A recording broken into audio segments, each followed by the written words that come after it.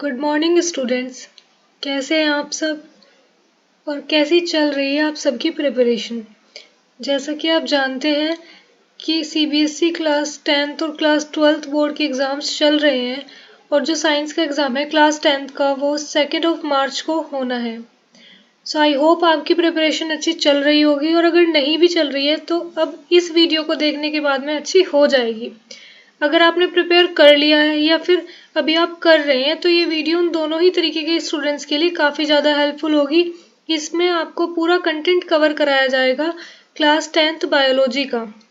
जो भी important points है, जो भी डेफिनेशंस है, एग्जाम्पल्स है, वो सब हमने इन स्लाइड्स में इंक्लूड किए हैं और ये आपको काफ़ी ज़्यादा हेल्प करेगी रिवीजन के लिए भी। सो वीडियो को बिना देर किए स्टार्ट करते हैं। सो जो चैप्टर 6 है आपका वो है लाइफ प्रोसेस। लाइफ प्रोसेस में हम अलग अलग जो प्रोसेस होते हैं बॉडी में, जैसे कि digestion, respiration, blood circulation, transportation, इन सब के बारे में स्टडी करेंगे। सो बेसिकली लाइफ प्रोसेसेस वो प्रोसेस होते हैं जो कि हमारी लाइफ को एक तरीके से मेंटेन करने के लिए, हमारी लाइफ में एक बैलेंस बनाने के लिए ज़रूरी होते हैं, जैसे कि ग्रोथ, एक्सक्रिएशन और रेस्पिरेशन और सर्कुलेशन। ये जो सभी प्रोसेस है इन सबको हम इकट्ठा क्या बोलते हैं? लाइफ प्रोसेस बोलते हैं। यहाँ पे देखिए लाइफ प्रोसेस में ग्रोथ, डाइजेशन, रेस्पिरेशन, सर्कुलेशन और एक्सक्रिएशन। जो फर्स्ट आता है न्यूट्रिशन।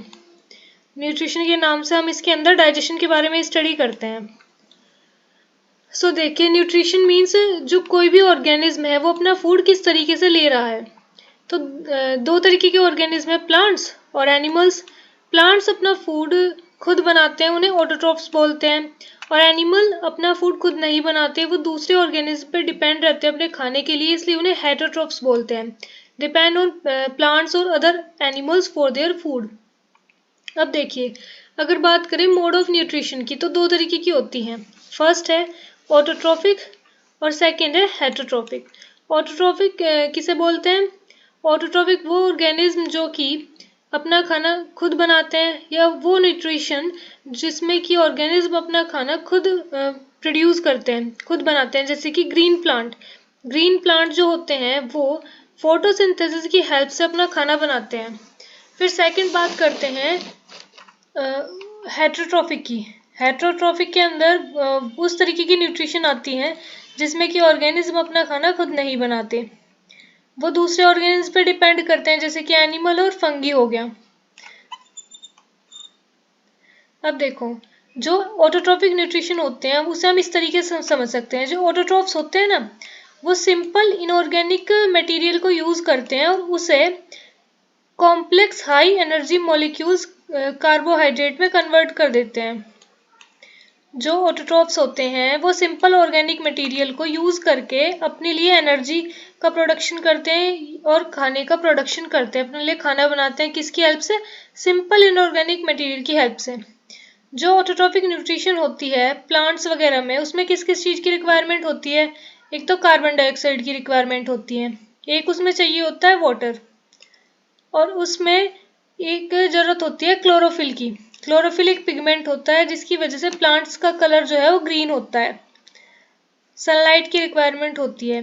इन सभी चीज़ों का यूज़ होके फोटोसिंथेसिस का प्रोसेस होता है और प्लांट अपना खाना बनाते हैं। अब इसकी एक केमिकल रिएक्शन है। देखिए यहाँ पे CO2 की रिक्वायरमेंट होती है फोटोसिंथेसिस के लिए, वाटर की होती है, सनलाइट की और क्लोरोफिल। क्लोरोफिल की स्पेलिंग यहाँ पे गलत है, डबल एल आएगा। और यहाँ पे देखिए क्या क्या प्रोड्यूस होता है? ग्लूकोज का फॉर्मेशन होता है, मीन्स एनर्जी मिलती है, और ऑक्सीजन का फॉर्मेशन होता है। आपने सुना होगा ना कि जो प्लांट्स होते हैं वो कार्बन डाइऑक्साइड लेते हैं और ऑक्सीजन छोड़ते हैं। सो वो इसी रिएक्शन की वजह से ऑक्सीजन का फॉर्मेशन होता है और वाटर का फॉर्मेशन होता है। अब देखिए किस किस चीज़ की रिक्वायरमेंट है फोटोसिंथेसिस के लिए, वो मैं ऑलरेडी आपको डिस्कस कर चुकी हूँ, एक बार फिर से देख लेते हैं। सनलाइट की रिक्वायरमेंट होती है, क्लोरोफिल की रिक्वायरमेंट होती है, क्लोरोफिल जो होता है ना वो सनलाइट को एब्जॉर्ब करता है। CO2 की रिक्वायरमेंट होती है। अब किस के थ्रू CO2 बॉडी में एंटर करती है प्लांट की? तो वो करती है स्टोमेटा के थ्रू, और जो ऑक्सीजन होती है वो स्टोमेटा के थ्रू ही बॉडी से बाहर जाती है, प्लांट की बॉडी से बाहर जाती है। लीव्स वगैरह के, लीव्स में प्रेजेंट होते हैं छोटे छोटे पोर्स लाइक स्ट्रक्चर। उसकी हेल्प से इस जो प्लांट है वो एक तरीके से इनहेलेशन और एक्सहेलेशन का प्रोसेस करता है, मतलब कि कार्बन डाइऑक्साइड को लेते हैं और ऑक्सीजन को छोड़ते हैं। फिर उसके बाद में है वाटर। वाटर में मिनरल्स वगैरह प्रेजेंट होते हैं, जैसे कि नाइट्रोजन, फॉस्फोरस, ये सब ये रूट के थ्रू लेते हैं सॉइल से। प्लांट जो है वाटर को, और जो उसमें प्रेजेंट है मिनरल्स हैं जैसे कि नाइट्रोजन, फॉस्फोरस, इन सबको किसकी हेल्प से लेते हैं? इन सबको प्लांट लेते हैं रूट्स की हेल्प से। अब साइट क्या होती है फोटोसिंथेसिस की, मीन्स पर्टिकुलर किस जगह पे फोटोसिंथेसिस होता है, तो वो होता है क्लोरोप्लास्ट। क्लोरोप्लास्ट लीफ में प्रेजेंट होते हैं और क्लोरोप्लास्ट के अंदर ही क्लोरोफिल प्रेजेंट होता है, ये होता है ग्रीन पिगमेंट। ठीक है, अब क्या क्या मेन इवेंट्स होते हैं फोटोसिंथेसिस के। सबसे पहले तो इसमें लाइट का एब्जॉर्प्शन होता है, absorption of light energy by chlorophyll. Chlorophyll के द्वारा लाइट का एब्जॉर्प्शन होता है, फिर वो लाइट एनर्जी केमिकल एनर्जी में कन्वर्ट होती है, और फिर जो वाटर है उसकी स्प्लिटिंग होती है। वाटर की स्प्लिटिंग किस में होगी, जिससे वो बना होगा, वाटर का फॉर्मूला होता है H2O। तो हाइड्रोजन और ऑक्सीजन में ही उसकी स्प्लिटिंग हो जाती है, मीन टूट जाना। स्प्लिटिंग को बोलते हैं टूट जाना। और जो CO2 है उसका रिडक्शन हो जाता है कार्बोहाइड्रेट्स में, C6H12O6 जो ग्लूकोज बनाता है वो कार्बोहाइड्रेट बोलते हैं। अब देखो क्या क्या हुआ इसमें। फर्स्टली तो हुआ जो लाइट एनर्जी है वो एब्जॉर्ब करी गई क्लोरोफिल के द्वारा, फिर लाइट एनर्जी केमिकल एनर्जी में कन्वर्ट हुई, फिर वाटर की स्प्लिटिंग हुई हाइड्रोजन और ऑक्सीजन में, और जो CO2 है वो रिड्यूस हो गया कार्बोहाइड्रेट में। तो ये पूरा प्रोसीजर हुआ है किसका, फोटोसिंथेसिस का। अब नेक्स्ट है इसमें स्टोमेटा। स्टोमेटा क्या होता है, छोटे छोटे पोर्स प्रेजेंट होते हैं लीफ के सरफेस पे। इसका फंक्शन क्या होता है, एक तो एक्सचेंज ऑफ गैसेस में हेल्प करता है, और वाटर को लूज करने में भी इसका काफी ज्यादा रोल होता है, मीन्स वाटर भी इसी के थ्रू लीफ से बाहर जाता है। आपने देखा भी होगा, जैसे कि लीव्स पर ना सुबह के टाइम अगर देखते हैं तो पेड़ की पत्तियों पर हल्की हल्की बूंद बूंद सी दिखाई देती है। उस प्रोसेस को बोलते हैं ट्रांसपिरेशन। और इसमें क्या होता है, वाटर का लॉस होता है प्लांट से, तो वो लीव्स के थ्रू दिखाई देता है हमें छोटी छोटी बूंदों की फॉर्म में। देखिए यहाँ पे क्लोरोफिल जो क्लोरोप्लास्ट है, सॉरी जो स्टोमेटा है, स्टोमेटा की स्ट्रक्चर दिखाई गई है। ये तो हो गया स्टोमेटल पोर, और ये जो ग्रीन कलर के ये यहाँ पे है, मीन्स यहाँ पे जो छोटे छोटे गोल गोल से आपको स्ट्रक्चर दिख रही होगी, ये क्लोरोप्लास्ट है। इसके अंदर क्लोरोफिल होता है, और जो ये है ऐसे बीन शेप की एक स्ट्रक्चर आपको यहाँ पे दिखाई दे रही होगी, ये है गार्ड सेल। जो कि ये जो पोर होता है ना, ये छिद्र जो है, ये कितना खुलना है और कितना बंद होना है, उसका एक तरीके से उसे कंट्रोल करने का काम करते हैं। अब देखो ऑटोट्रॉफिक न्यूट्रिशन के बारे में हम स्टडी कर चुके हैं। अब नेक्स्ट बात आती है हेटरोट्रॉफिक न्यूट्रिशन के बारे में। तो ये 3 तरीके की होती है, होलोजोइक, सैप्रोफाइटिक और पैरासाइटिक। होलोजोइक में क्या होता है, जो एनिमल्स है वो सॉलिड फूड को लेते हैं और उनकी बॉडी के अंदर इसका ब्रेक डाउन होता है, जैसे कि अमीबा और एनिमल्स। सैप्रोफाइटिक में ऑर्गेनिज्म डेड और डिकेइंग मैटर पर डिपेंड करता है फूड के लिए, जैसे कि फंगी। और पैरासिटिक में ये जो पैरासाइट्स होते हैं वो किसी ऑर्गेनिज्म के अंदर या फिर उसी ऑर्गेनिज्म के बाहर भी अपने एक तरीके से फूड ले सकते हैं, ऑर्गेनिज्म के अंदर या फिर ऑर्गेनिज्म के बाहर। ये लिविंग ऑर्गेनिज्म पर डिपेंड करते हैं। पैरासाइट जो है वो लिविंग ऑर्गेनिज्म पर डिपेंड करते हैं, सैप्रोफाइट जो है वो डेड ऑर्गेनिज्म पर डिपेंड करते हैं, होलोजोइक जो है वो सॉलिड फूड लेते हैं। पैरासिटिक का एग्जांपल है कसकटा। और इसमें क्या होता है, जो जिस ऑर्गेनिज्म पर पैरासाइट डिपेंड करते हैं उसे होस्ट बोलते हैं। अब देखिए यहाँ पे एग्जांपल जो है एनसीईआरटी में 2 एग्जांपल दिए हुए हैं, अमीबा और पैरामीशियम, कि अमीबा अपना खाना किस तरीके से लेता है और पैरामीशियम अपना खाना किस तरीके से लेता है। तो देखिए यहाँ पे क्या होता है, ये दोनों सिंगल सेल ऑर्गेनिज्म है। इसमें जो अमीबा है, अमीबा सूडोपोडिया होते हैं, फॉल्स फीट बोलते हैं इसे, मीन्स जिनकी स्ट्रक्चर एक जैसी नहीं होती और बार बार चेंज होती रहती है, ऐसे पैर होते हैं, फीट बोलते हैं ना, पैर होते हैं ऐसे अमीबा के। तो इसमें बेसिकली होता क्या है, जो सूडोपोडिया है उसके थ्रू ये फूड को कैप्चर करता है अमीबा, फिर फूड वैक्यूल के थ्रू वो अंदर जाता है अमीबा में, फिर डाइजेशन होता है, फूड वैक्यूल में ही फूड का जो अनडाइजेस्टेड फूड है वो सेल के बाहर आ जाता है, सेल की सरफेस के थ्रू। और जो यूज करता है मीन्स जो डाइजेस्ट हो चुका है वो डिफ्यूजन के थ्रू साइटोप्लाज्म में चला जाता है। और पैरामीशियम में क्या होता है, पैरामीशियम में देखिए जो सीलिया है, सीलिया पैरामीशियम की बॉडी के हर एक हिस्से पे प्रेजेंट होता है, present in all over the body. इसमें क्या होता है, सीलिया की हेल्प से फूड लेता है और ऐसा नहीं कि हर एक जगह से फूड ले रहा है, किसी एक पर्टिकुलर किसी एक स्पेसिफिक स्पॉट के थ्रू ये फूड लेता है पैरामीशियम। अब देखिए होलोजोइक न्यूट्रिशन के बारे में स्टडी करते हैं। होलोजोइक न्यूट्रिशन में कौन कौन से प्रोसेस आते हैं। इंजेशन, इंजेशन मीन्स खाने को लेना, जैसे कि आपको रोटी खानी है तो आप क्या करेंगे, एक टुकड़ा लेंगे रोटी का, उसे सब्जी वगैरह से लगाएंगे और फिर मुंह के अंदर रखेंगे, तो उसे बोलते हैं इंजेशन। ठीक है, फिर क्या हुआ, फिर आपने चबाया, उसके बाद में आपने जो खाना है वो खाने की नली से होते हुए आपके पेट तक जाएगा, स्टमक, तो वहां पे क्या होगा, उसका डाइजेशन होगा। फिर स्टमक से, आपके पेट से खाना आपकी आंत, जैसे कि छोटी आंत बड़ी आंत बोलते हैं ना, इंग्लिश में बोला जाता है स्मॉल इंटेस्टाइन और लार्ज इंटेस्टाइन, वहां पर खाने का जो बचा हुआ खाना मीन्स जो थोड़ा बहुत डाइजेशन बचा है, डाइजेशन होगा और जो न्यूट्रिएंट्स हमें खाने से मिले हैं वो एब्जॉर्ब हो जाएंगे, तो इस प्रोसेस को बोलेंगे एब्जॉर्प्शन। ठीक है, फिर एब्जॉर्ब हो गए, वो एब्जॉर्ब होने के बाद में हमारी बॉडी में एंट्री करेंगे। बॉडी में एंट्री करने का मतलब है कि जो हमारी सेल्स है ना हमारी बॉडी की, जिस जो हम एक मल्टी सेलुलर ऑर्गेनिज्म है, काफी कई सारी सेल्स से मिलके बने हुए हैं, तो सेल्स तक वो खाना पहुंचेगा, मीन्स हर जगह हमारी बॉडी में एनर्जी हर एक सेल को प्रोवाइड होगी उस खाने से, उसे बोलेंगे एसिमिलेशन। और फिर अगर जो अनडाइजेस्टेड फूड है वो बॉडी के बाहर चला जाएगा, उसे बोलेंगे इजेशन। ठीक है, अब देखिए ये मैं आपको ऑलरेडी डिस्कस कर चुकी हूँ, न्यूट्रिशन इन ह्यूमन बीइंग, अभी मैंने आपको समझाया।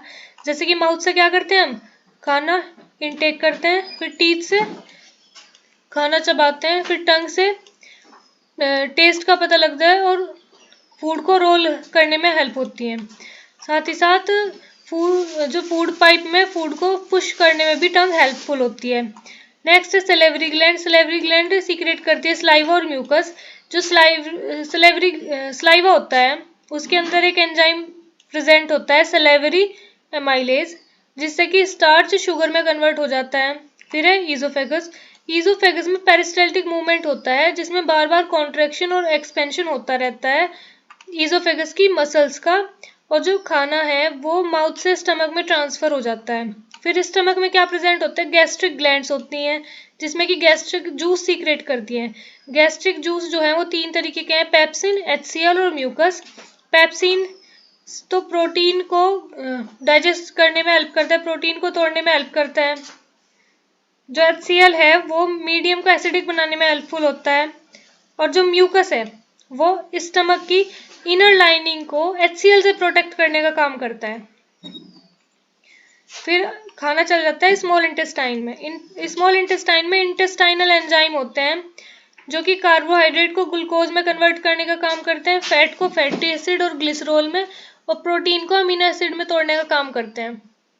फिर स्मॉल इंटेस्टाइन में एक और स्ट्रक्चर प्रेजेंट होती है जिसे कि विलाई बोलते हैं। विलाई होती है छोटी छोटी फिंगर लाइक प्रोजेक्शन जिसके थ्रू एब्जॉर्प्शन होता है फूड का ब्लड में।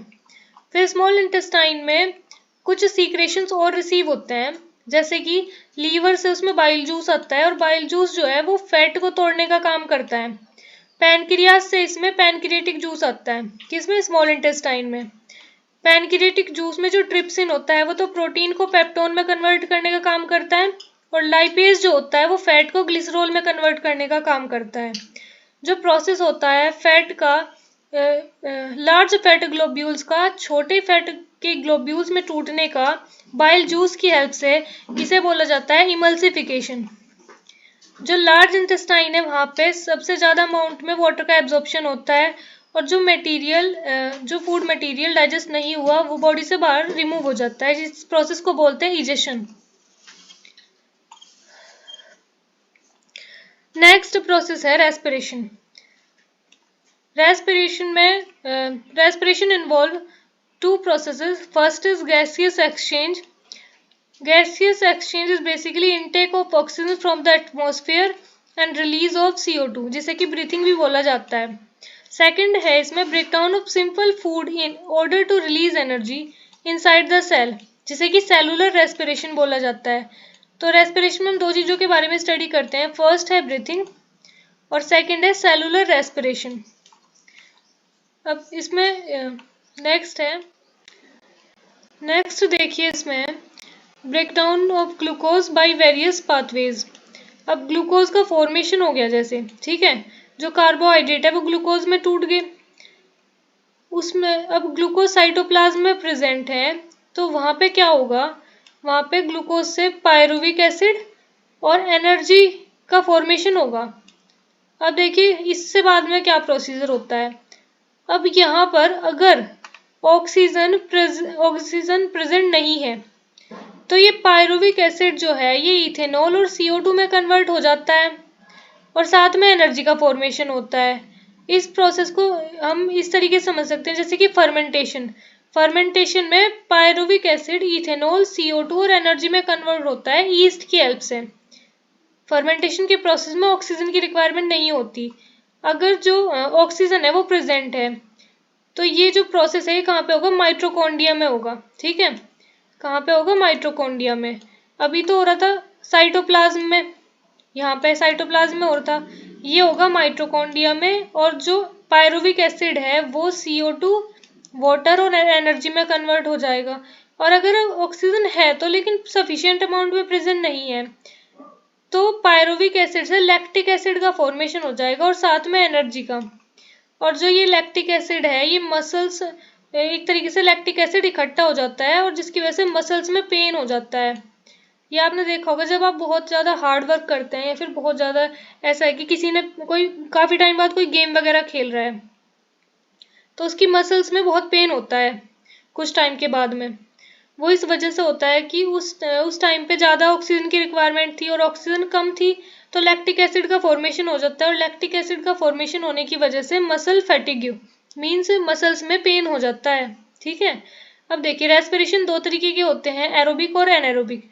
एन का मतलब होता है किसी चीज़ का एब्सेंट होना, एरोबिक का मतलब होता है जिसमें ऑक्सीजन प्रेजेंट हो या फिर ऑक्सीजन की रिक्वायरमेंट हो। एनारोबिक वो होता है जिसमें ऑक्सीजन की रिक्वायरमेंट नहीं होती।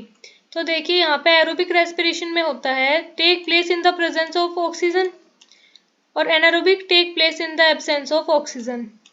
एरोबिक रेस्पिरेशन जो होता है वो माइटोकॉन्ड्रिया में होता है और जो एनारोबिक रेस्पिरेशन है वो साइटोप्लाज्म में होता है। एरोबिक रेस्पिरेशन के एंड प्रोडक्ट होते हैं कार्बन डाइऑक्साइड और वाटर। एनारोबिक रेस्पिरेशन के एंड प्रोडक्ट होते हैं अल्कोहल और लैक्टिक एसिड। एरोबिक रेस्पिरेशन में ज़्यादा अमाउंट में एनर्जी रिलीज होती है और एनारोबिक रेस्पिरेशन में कम अमाउंट में एनर्जी रिलीज होती है। अब देखिए human respiratory system. Human respiratory system में बेसिकली होता क्या है, नोस्ट्रल के थ्रू एयर एंटर करती है, फिर नजल पैसेज में जाती है, उसके बाद में नजल कैविटी में, फिर फेरिक्स, फिर लैरिक्स, देन ट्रैकिया, उसके बाद में ब्रोंकाई, देन लंग्स, फिर ब्रोंक्यूल्स और उसके बाद में एल्वियोलर और फिर ब्लड कैपिलरीज में। ये जो स्टेप वाइज यहाँ पे लिखा हुआ है फ्लो चार्ट की हेल्प से, इसे अगर आप अपने एग्जाम में बनाते हैं, एग्जाम कॉपी में सपोज कीजिए क्वेश्चन आता है ह्यूमन रेस्पिरेटरी सिस्टम से रिलेटेड और उसमें आपको ऐसा कुछ रिप्रेजेंट करना है तो काफ़ी ज़्यादा एक तरीके से आप कह सकते हैं आपके लिए स्कोरिंग होगा। उसके बाद में आते हैं मैकेनिज्म ऑफ ब्रीथिंग पे। तो ब्रीथिंग दो तरीके से बोल सकते हैं होती है, फर्स्ट है इनहेलेशन और एक्सहेलेशन। इनहेलेशन में क्या होता है, काफ़ी इंपॉर्टेंट है और कई बार इससे क्वेश्चन रिपीट हुआ है। इनहेलेशन में क्या होता है, इन का मतलब होता है अंदर लेना एक तरीके से और एक्स का मतलब होता है बाहर, ठीक है। तो देखिए इनहेलेशन के दौरान during inhalation the thoracic cavity, जो चेस्ट कैविटी होती है वो एक्सपेंड करती है और जो एक्सहेलेशन होता है उसमें क्या होता है, चेस्ट कैविटी कॉन्ट्रैक्ट करती है, चेस्ट कैविटी जो होती है वो कॉन्ट्रैक्ट करती है। देखिए यहाँ पे एक्सहेलेशन के दौरान चेस्ट कैविटी कॉन्ट्रैक्ट करती है और इनहेलेशन के दौरान चेस्ट कैविटी एक्सपेंड करती है। जो रिब्स होते हैं वो ऊपर की तरफ एक तरीके से लिफ्ट होते हैं इनहेलेशन के दौरान, और रिब्स नीचे की तरफ जाते हैं एक्सहेलेशन के दौरान। इसे आप जैसे कि इससे ना, इसे सबसे आसान होता है इसे समझना। सांस आप धीरे धीरे सांस लेके देखिए, आप देखिए चेस्ट कैविटी पे क्या इफेक्ट पड़ रहा है, ये पॉइंट पढ़िए, तब आपको पता लगेगा और याद भी रहेगा आपके। ठीक है। जो डायफ्राम होता है वो फ्लैट हो जाता है इनहेलेशन के दौरान और डोम शेप में आ जाता है वापस से एक्सहेलेशन के दौरान। जो वॉल्यूम होता है लंग्स का वो इंक्रीज होता है और एयर एंटर करती है लंग्स में, और जो वॉल्यूम होता है लंग्स का वो डिक्रीज होता है एक्सहेलेशन में, और एयर जो है वो एग्जिट करती है लंग्स से। यहाँ पे डायग्राम के थ्रू इनहेलेशन और एक्सहेलेशन को शो किया गया है। ठीक है। इसमें देखिए अब exchange of gases between alveolus blood and tissues. अब देखिए इसमें क्या हुआ, जो एयर है जिसमें कि ऑक्सीजन प्रेजेंट है वो एल्वेली में चली गई, लंग्स में बैलून लाइक स्ट्रक्चर प्रेजेंट होती है जिन्हें एल्वेली बोलते हैं। ठीक है। उससे उसके थ्रू वो ब्लड में जाती है, ब्लड वेसल्स में। ठीक। ब्लड वेसल्स में जो ये ऑक्सीजन है ये हीमोग्लोबिन से बाइंड हो जाती है, हीमोग्लोबिन प्रेजेंट होता है रेड ब्लड सेल में, और फिर ये ऑक्सीजन टिश्यूज में चली जाती है। अब देखिए दूसरे क्या है इसमें कि जो CO2 है, CO2 टिश्यू में प्रेजेंट है, CO2 वहां से ब्लड में रिलीज होती है, टिश्यू से ब्लड में रिलीज होती है। फिर वहां से जो डिजोल्व CO2 वाला ब्लड है वो ब्लड वेसल्स एल्वेली एल्वेली में जो मतलब कि जो लंग्स है ना, लंग्स में बैलून लाइक स्ट्रक्चर है, उन बैलून लाइक स्ट्रक्चर के ऊपर ब्लड वेसल्स प्रेजेंट होती है। तो ये जो CO2 ब्लड में प्रेजेंट है ये इन ब्लड वेसल्स में चली जाती है जो एल्वेली के ऊपर है। मीन्स वो ब्लड ऐसे ट्रांसपोर्ट होता रहता है, तो ब्लड लेके जाता है CO2 को एल्वेली तक, फिर ये CO2 रिलीज हो जाती है एल्वेली में, और फिर नोस्ट्रल्स के थ्रू CO2 बॉडी से बाहर चली जाती है। अब देखिए यहाँ पे बात करते हैं टेरेस्ट्रियल ऑर्गेनिज्म की। टेरेस्ट्रियल ऑर्गेनिज्म एटमॉस्फेरिक ऑक्सीजन का यूज करते हैं रेस्पिरेशन के लिए। एक्वेटिक ऑर्गेनिज्म डिसॉल्व ऑक्सीजन का यूज करते हैं रेस्पिरेशन के लिए। और जो प्लांट्स होता है ना उसमें रेस्पिरेशन देखिए किस तरीके से होता है, तो स्टोमेटा के थ्रू रेस्पिरेशन हो सकता है, मीन्स गैसियस एक्सचेंज। लेंटिकल्स होते हैं स्टेम्स में उसके थ्रू हो सकता है, और जो रूट का सरफेस होता है ना उससे भी रेस्पिरेशन हो सकता है। अब देखिए लाइफ प्रोसेस में अब बात करते हैं ट्रांसपोर्टेशन और एक्सक्रिएशन की। ट्रांसपोर्टेशन में हम पढ़ेंगे ब्लड का ट्रांसपोर्ट होना एक तरीके से। सो इसमें देखिए जो सर्कुलेटरी सिस्टम बोलते हैं हम इसे, सर्कुलेटरी सिस्टम में 3 मेन चीज होती है। एक तो हार्ट जिसे कि पंपिंग ऑर्गन बोलते हैं, दूसरा होता है आर्टरीज और वीन्स, और तीसरा होता है ब्लड और लिम्फ। ब्लड और लिम्फ को तो बोलते हैं हम सर्कुलेटरी मीडियम। ठीक। और आर्टरीज और वीन्स को बोलते हैं ब्लड वेसल। अब देखिए यहाँ पे होता क्या है, ये जो पूरा एक तरीके से स्टेप वाइज समझाया गया है ये आपको पता होना चाहिए। अब देखिए जो डीऑक्सीजनेट ब्लड है पूरी बॉडी से वो वेना कावा के थ्रू राइट आर्ट्रियम में चला जाता है। हार्ट के 4 चैम्बर होते हैं, ऊपर वाले 2 ऊपर और 2 नीचे। ठीक। तो यहाँ पे क्या करता है, जो इम्प्योर ब्लड है वो वेना कावा की हेल्प से राइट आर्ट्रियम में जाता है, राइट आर्ट्रियम से वो राइट वेंट्रिकल में जाता है, राइट वेंट्रिकल से वो लंग्स में जाता है, लंग्स से वो प्योरीफाई हो जाता है और ऑक्सीजनेटेड ब्लड लेफ्ट आर्ट्रियम में जाता है, फिर लेफ्ट आर्ट्रियम से लेफ्ट वेंट्रिकल में जाता है, और लेफ्ट वेंट्रिकल से ऑर्टा की हेल्प से सभी बॉडी पार्ट्स में चला जाता है। इसे आप 1-2 बार अगर अपनी रफ नोटबुक में बना के देख लेंगे तो आपको ये याद हो जाएगा। और फिर आपको अगर पूरा मैकेनिज्म ऐसे लिखने के लिए आ रहा है एग्जाम में, अगर आप इसे बनाते हैं तो ये भी काफी एक तरीके से बोल सकते हैं मार्क्स गेनिंग पॉइंट है।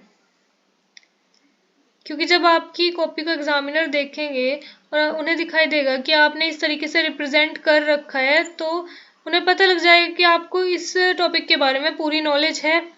और इससे क्या होगा, आप एक तरीके से नोट्स भी आई मीन जो एग्जाम की नोटबुक होगी वो इफेक्टिव लगेगी देखने में।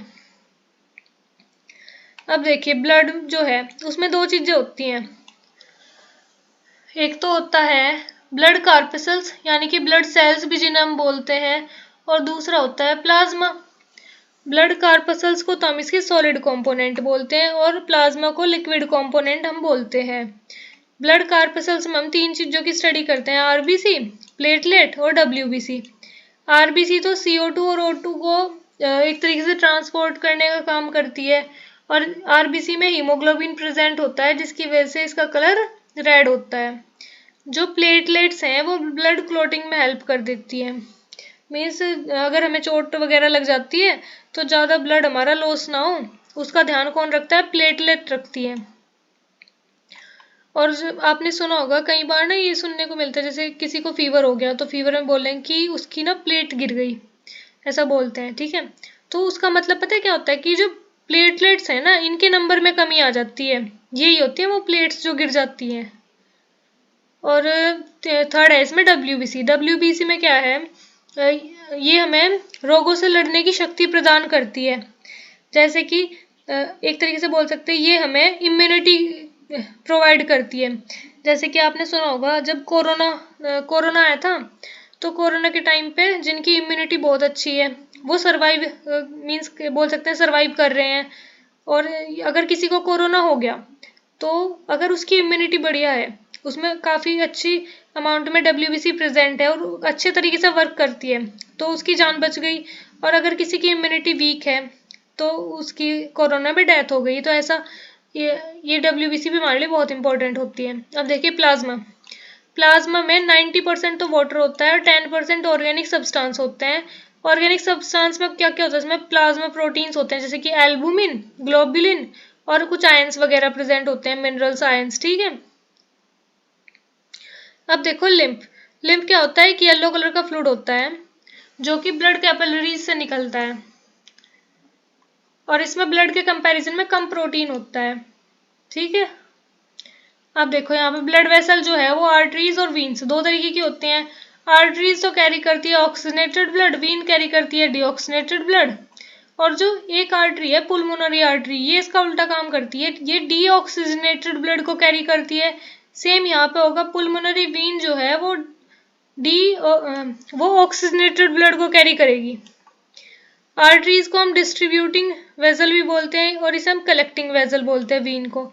आर्टरी जो है वो थिक और इलास्टिक होती है और वीन जो है वो थिन और कम इलास्टिक होती है।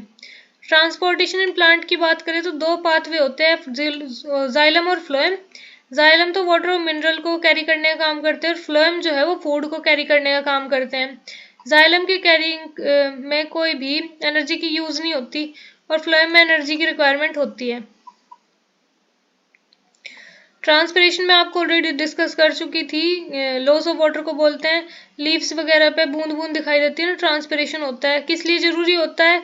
एब्जॉर्प्शन और अपवर्ड मूवमेंट के लिए जरूरी होता है, वाटर और मिनरल्स के अपवर्ड ऊपर की तरफ उन्हें भेजने के लिए। प्लांट में रूट से वाटर और मिनरल का एब्जॉर्प्शन होता है, तो इसे प्लांट की टिप तक पहुंचाने के लिए ट्रांसपिरेशन काफ़ी ज़्यादा रोल प्ले करता है, काफ़ी अच्छा रोल प्ले करता है। और ये एक पुल को क्रिएट करता है, मीन्स खिंचाव को क्रिएट करता है।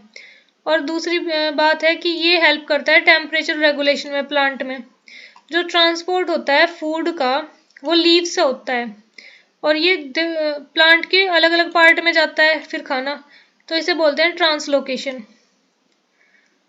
नेक्स्ट है इसमें एक्सक्रिएशन। एक्सक्रिएशन में क्या होता है? जो भी हार्मफुल वेस्ट वगैरह है वो बॉडी से बाहर भेज देना।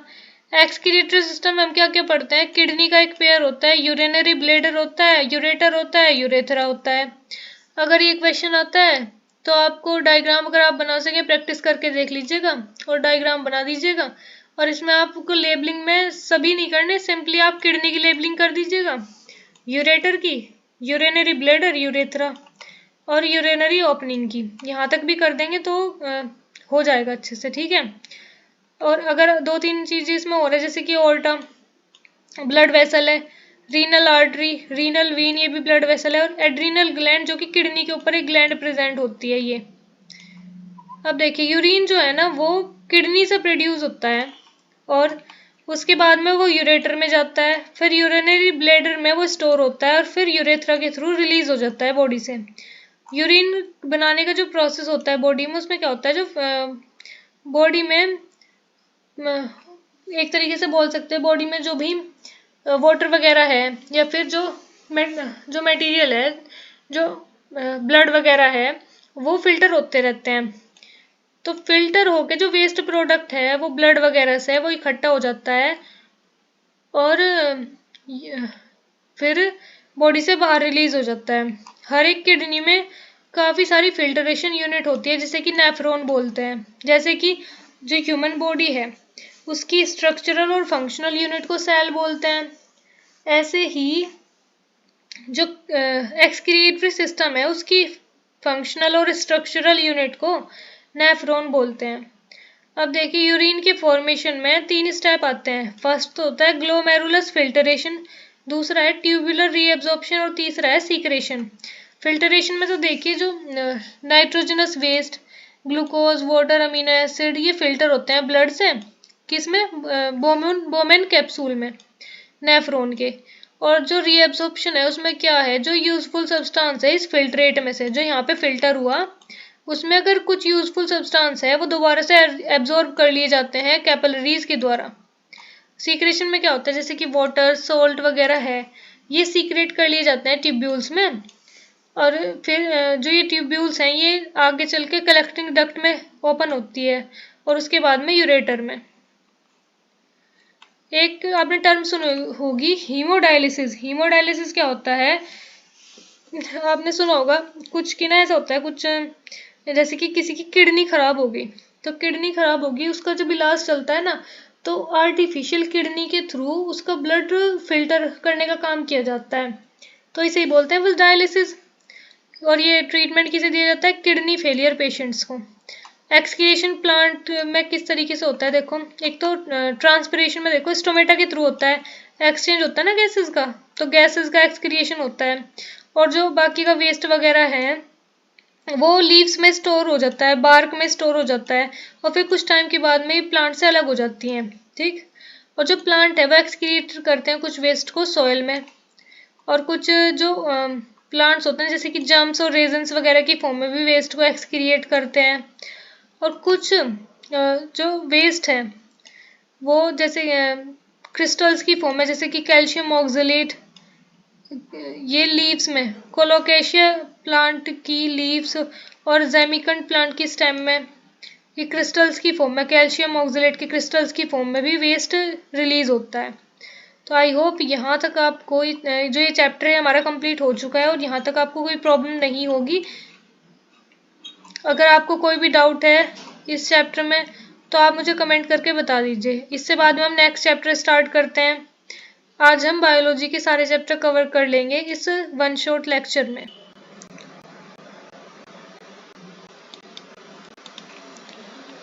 सो नेक्स्ट चैप्टर है हमारा क्लास 10th में, वो है कंट्रोल एंड कोऑर्डिनेशन।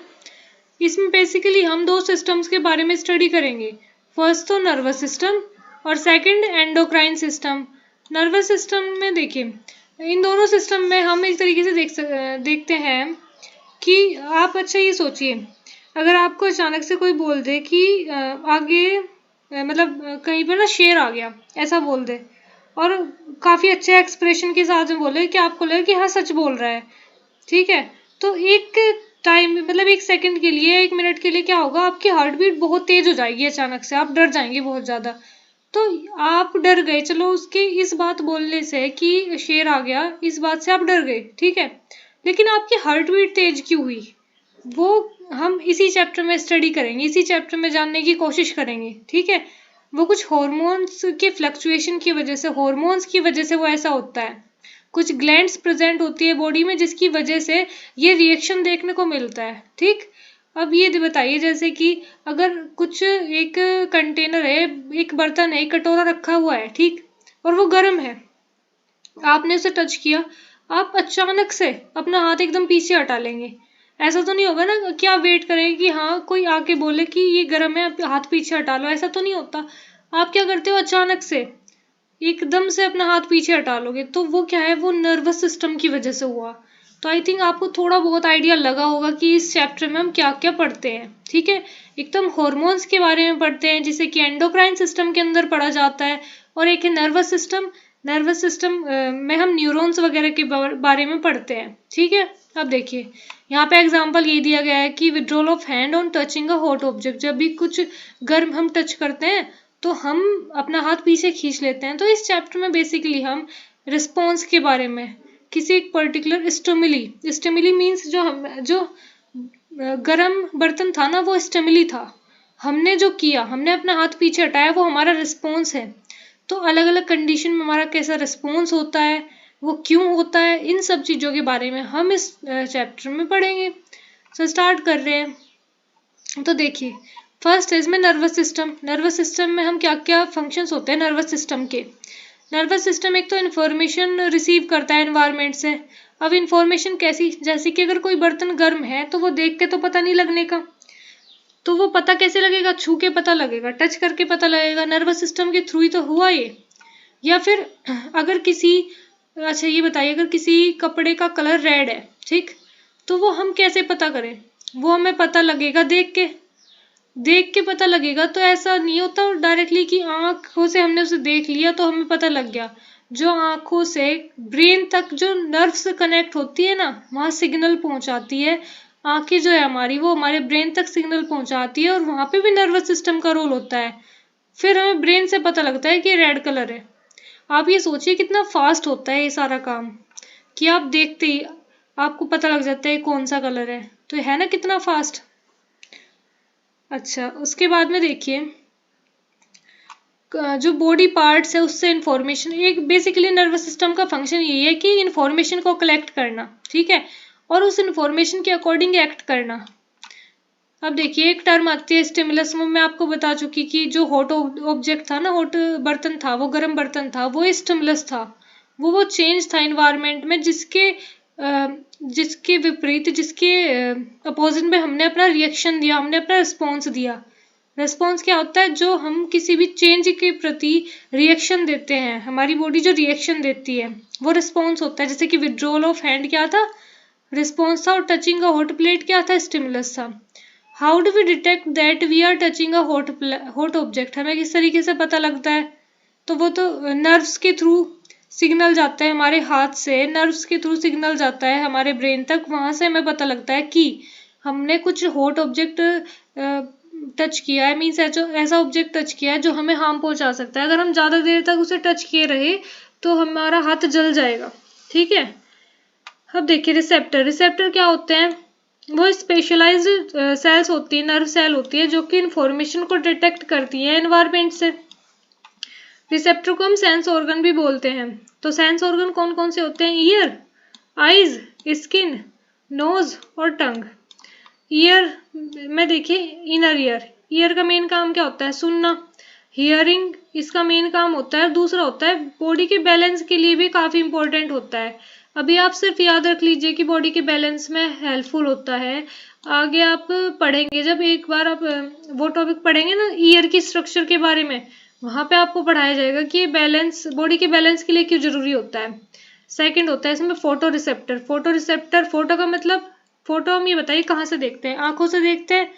आंखों से देखते हैं तो ये आइज से रिलेटेड होगा। मीन्स इससे हमें क्या मिलते हैं, विजुअल स्टिमुलस मिलते हैं। विजुअल का मतलब भी देखने से रिलेटेड होता है। स्किन से हमें क्या क्या पता लगता है, पेन का पता लगता है, टच का पता लगता है और हीट का पता लगता है।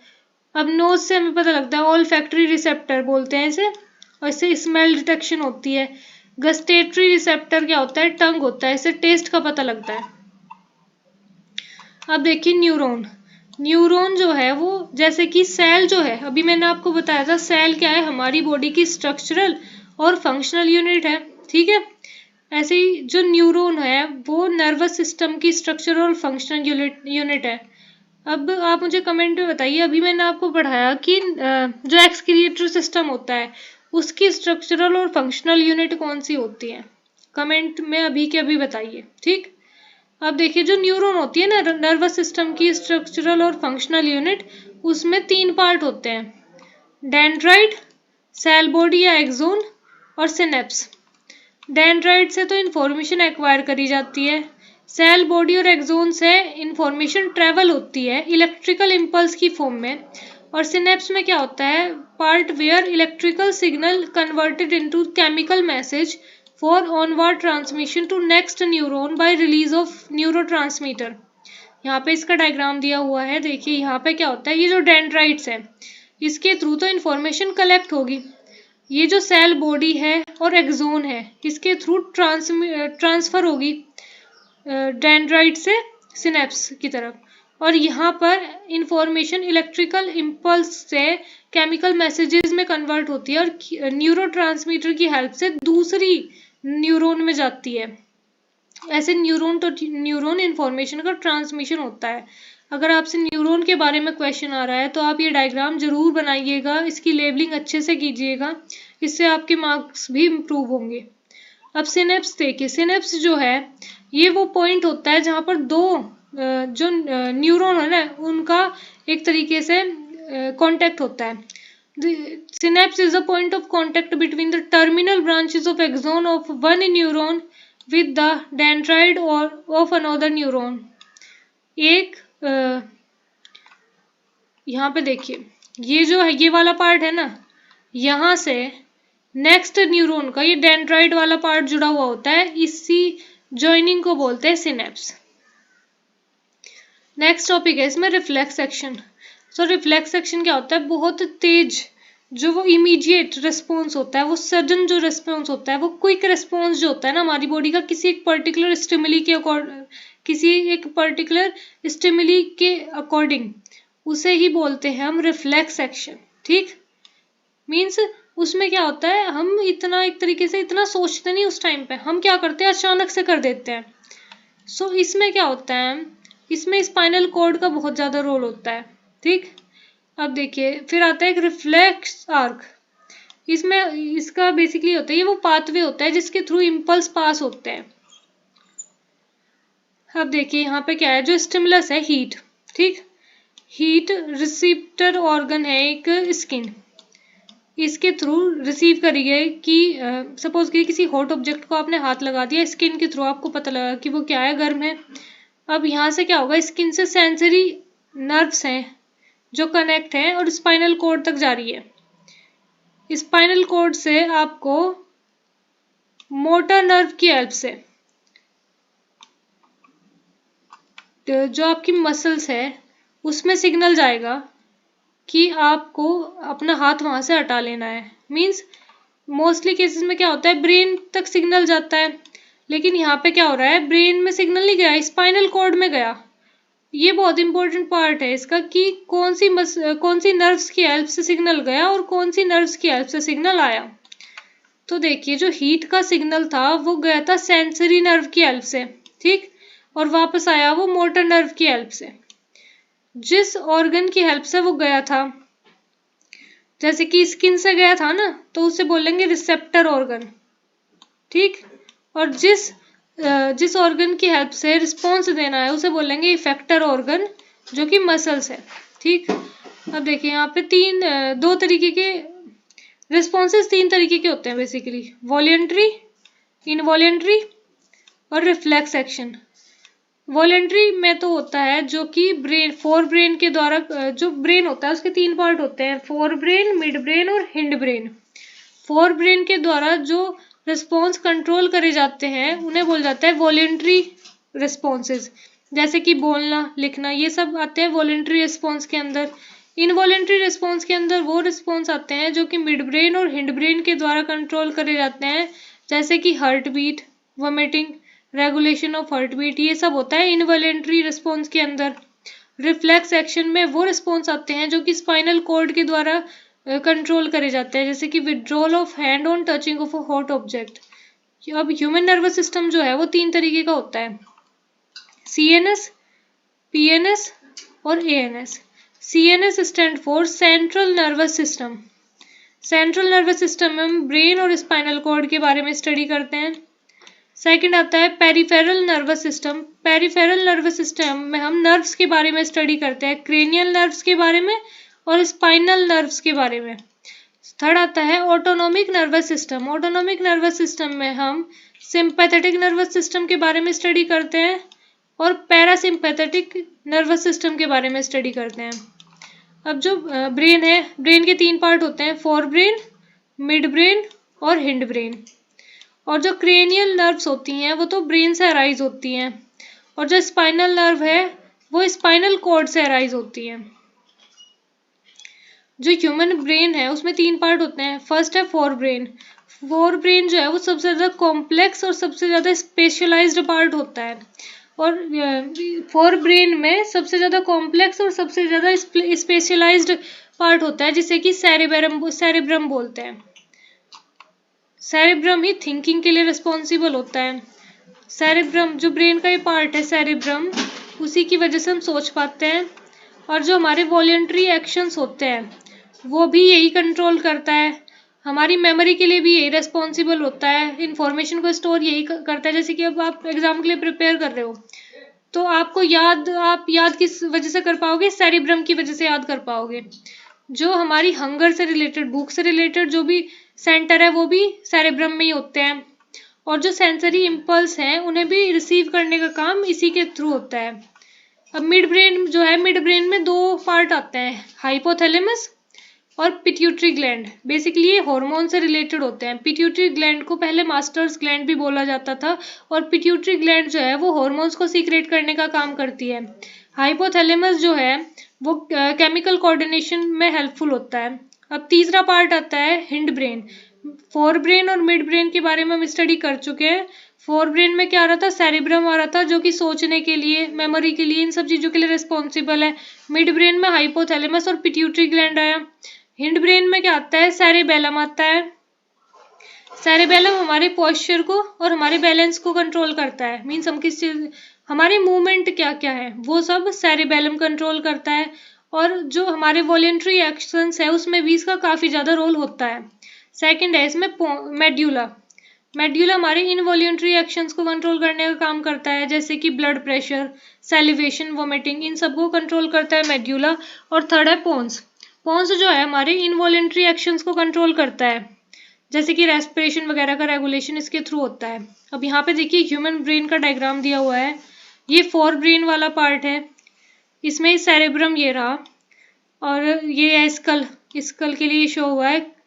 उसके बाद में मिड ब्रेन वाला पार्ट जो है ये रहा, और जो पिट्यूटरी ग्लैंड है यहाँ पे है, हाइपोथैलेमस की लेबलिंग यहाँ की हुई है, और हिंड ब्रेन में ये पोन्स, मेड्यूला और सेरेब्रम यहाँ शो हुआ है। स्पाइनल कॉर्ड ये रही। नेक्स्ट है protection of brain and spinal cord. Spinal cord और ब्रेन का प्रोटेक्शन किस तरीके से होता है? सो बेसिकली जो ब्रेन है वो प्रोटेक्ट होता है, प्रोटेक्ट करा जाता है एक फ्लूइड से।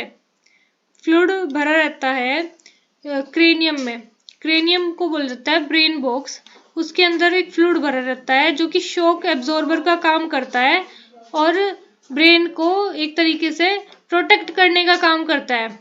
और जो स्पाइनल कॉर्ड है, स्पाइनल कॉर्ड जो है वो वर्टिब्रल कॉलम के अंदर होती है, और वर्टिब्रल कॉलम ही स्पाइनल कॉर्ड को प्रोटेक्ट करने का काम करता है। अब देखिए coordination between nervous and muscular tissue. जो इंफॉर्मेशन है वो नर्वस टिश्यू के थ्रू कलेक्ट करी जाती है। किसके थ्रू कलेक्ट करी जाती है? नर्वस टिश्यू के थ्रू। और कौन सी नर्व कलेक्ट करती है? Sensory nerve. फिर ये इंफॉर्मेशन सीएनएस में जाती है, वहां से सीएनएस से इंफॉर्मेशन आगे प्रोसेस होती है, और फिर सीएनएस के थ्रू डिसीजंस लिए जाते हैं, और फिर मोटर नर्व की हेल्प से ये मसल्स में पहुंचते हैं। जो रिस्पॉन्स है, जो रिएक्शन है, उसके सिग्नल मसल्स में पहुंचते हैं, या फिर जो भी डिसीजन सीएनएस ने लिया है, सेंट्रल नर्वस सिस्टम ने जो डिसाइड करा है, वो मोटर नर्व्स की हेल्प से मसल्स में जाते हैं वो रिस्पॉन्स। और मसल्स जो है, मसल्स में चेंजेस आते हैं, और मसल जो है वो एक्शन को शो करती है। सो बेसिकली इसमें क्या होता है, इन्फॉर्मेशन सीएनएस में गई, वहां पर इन्फॉर्मेशन प्रोसेस हुई और वहां पे डिसीजन लिया गया, फिर मोटर नर्व की हेल्प से मसल्स में सिग्नल गए और वहां से फिर एक्शन लिया गया। अब कोऑर्डिनेशन इन प्लांट्स की बात करें तो देखिए प्लांट्स में मूवमेंट 2 तरीके के होते हैं। पहला तो होता है मूवमेंट डिपेंडेंट ऑन ग्रोथ, और दूसरा होता है movement independent of growth. Means plant में दो तरीके के मूवमेंट होते हैं, जैसे कि एक तो वो जो ग्रोथ पर डिपेंड कर रहा और एक वो जो कि ग्रोथ पर डिपेंड नहीं कर रहा, वो मूवमेंट। सो देखिए, जो ग्रोथ पर डिपेंड करते जो मूवमेंट, उसे हम बोलते हैं ट्रॉपिक मूवमेंट, और इन्हें डायरेक्शनल मूवमेंट भी हम बोल देते हैं। अब इनमें हम क्या क्या पढ़ते हैं, इनमें हम पढ़ते हैं एक तो फोटोट्रोपिज्म। फोटो मीन्स लाइट से रिलेटेड होते हैं, यानी कि लाइट की तरफ किस तरीके का मूवमेंट है प्लांट का। दूसरा है जियोट्रोपिज्म, यानी कि ग्रेविटी की तरफ किस तरीके का मूवमेंट है प्लांट का। थर्ड है कीमोट्रोपिज्म, यानी कि केमिकल्स की तरफ किस तरीके का मूवमेंट है। और हाइड्रोट्रोपिज्म होता है प्लांट की तरफ किस तरीके का मूवमेंट है।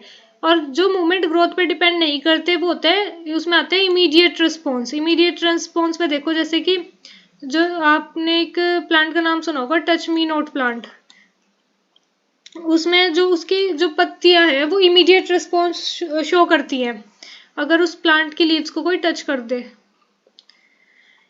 नेक्स्ट पढ़ते हैं इसमें प्लांट हार्मोन के बारे में। प्लांट हार्मोन क्या होते हैं, केमिकल कंपाउंड्स होते हैं जो कि प्लांट की ग्रोथ, डेवलपमेंट और वो किस तरीके से रिस्पॉन्स कर रहा है एनवायरनमेंट में, उसमें उसके रेगुलेशन में हेल्पफुल होते हैं।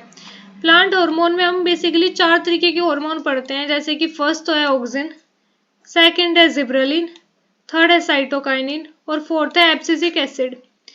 जो ऑक्सिन है वो कहाँ पे वो प्रेजेंट होता है, शूट टिप पे, प्लांट की जो सबसे ऊंची चोटी होती है ना, या फिर बोलते पीक होती है, वहां पे ये प्रेजेंट होता है।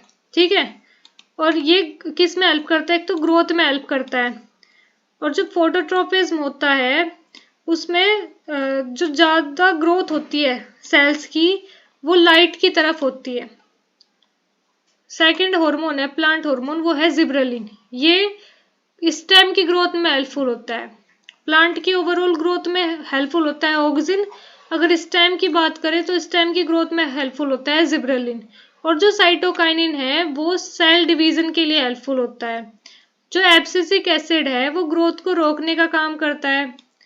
और जो ये इसे बोल सकते हैं एक तरीके से स्ट्रेस हार्मोन। स्ट्रेस हार्मोन ऐसे समझिए इसे, जैसे कि सपोज कीजिए किसी एक पर्टिकुलर जगह पे पानी की कमी है, तो उस टाइम पे क्या होगा, जो प्लांट्स होते हैं उसमें इस तरीके की एडेप्टेशन आएगी कि उसे पानी की कम रिक्वायरमेंट हो, तो वहां पे ये हार्मोन वर्क करेगा, जैसे कि वो प्लांट की ग्रोथ को कुछ टाइम के लिए रोक देगा, जो लीव्स वगैरह है, एक्स्ट्रा लीव्स है, उन्हें प्लांट से रिमूव कर देगा। तो ये स्ट्रेस हार्मोन का काम होता है, और वो कौन सा होता है, एब्सिसिक एसिड प्लांट्स में।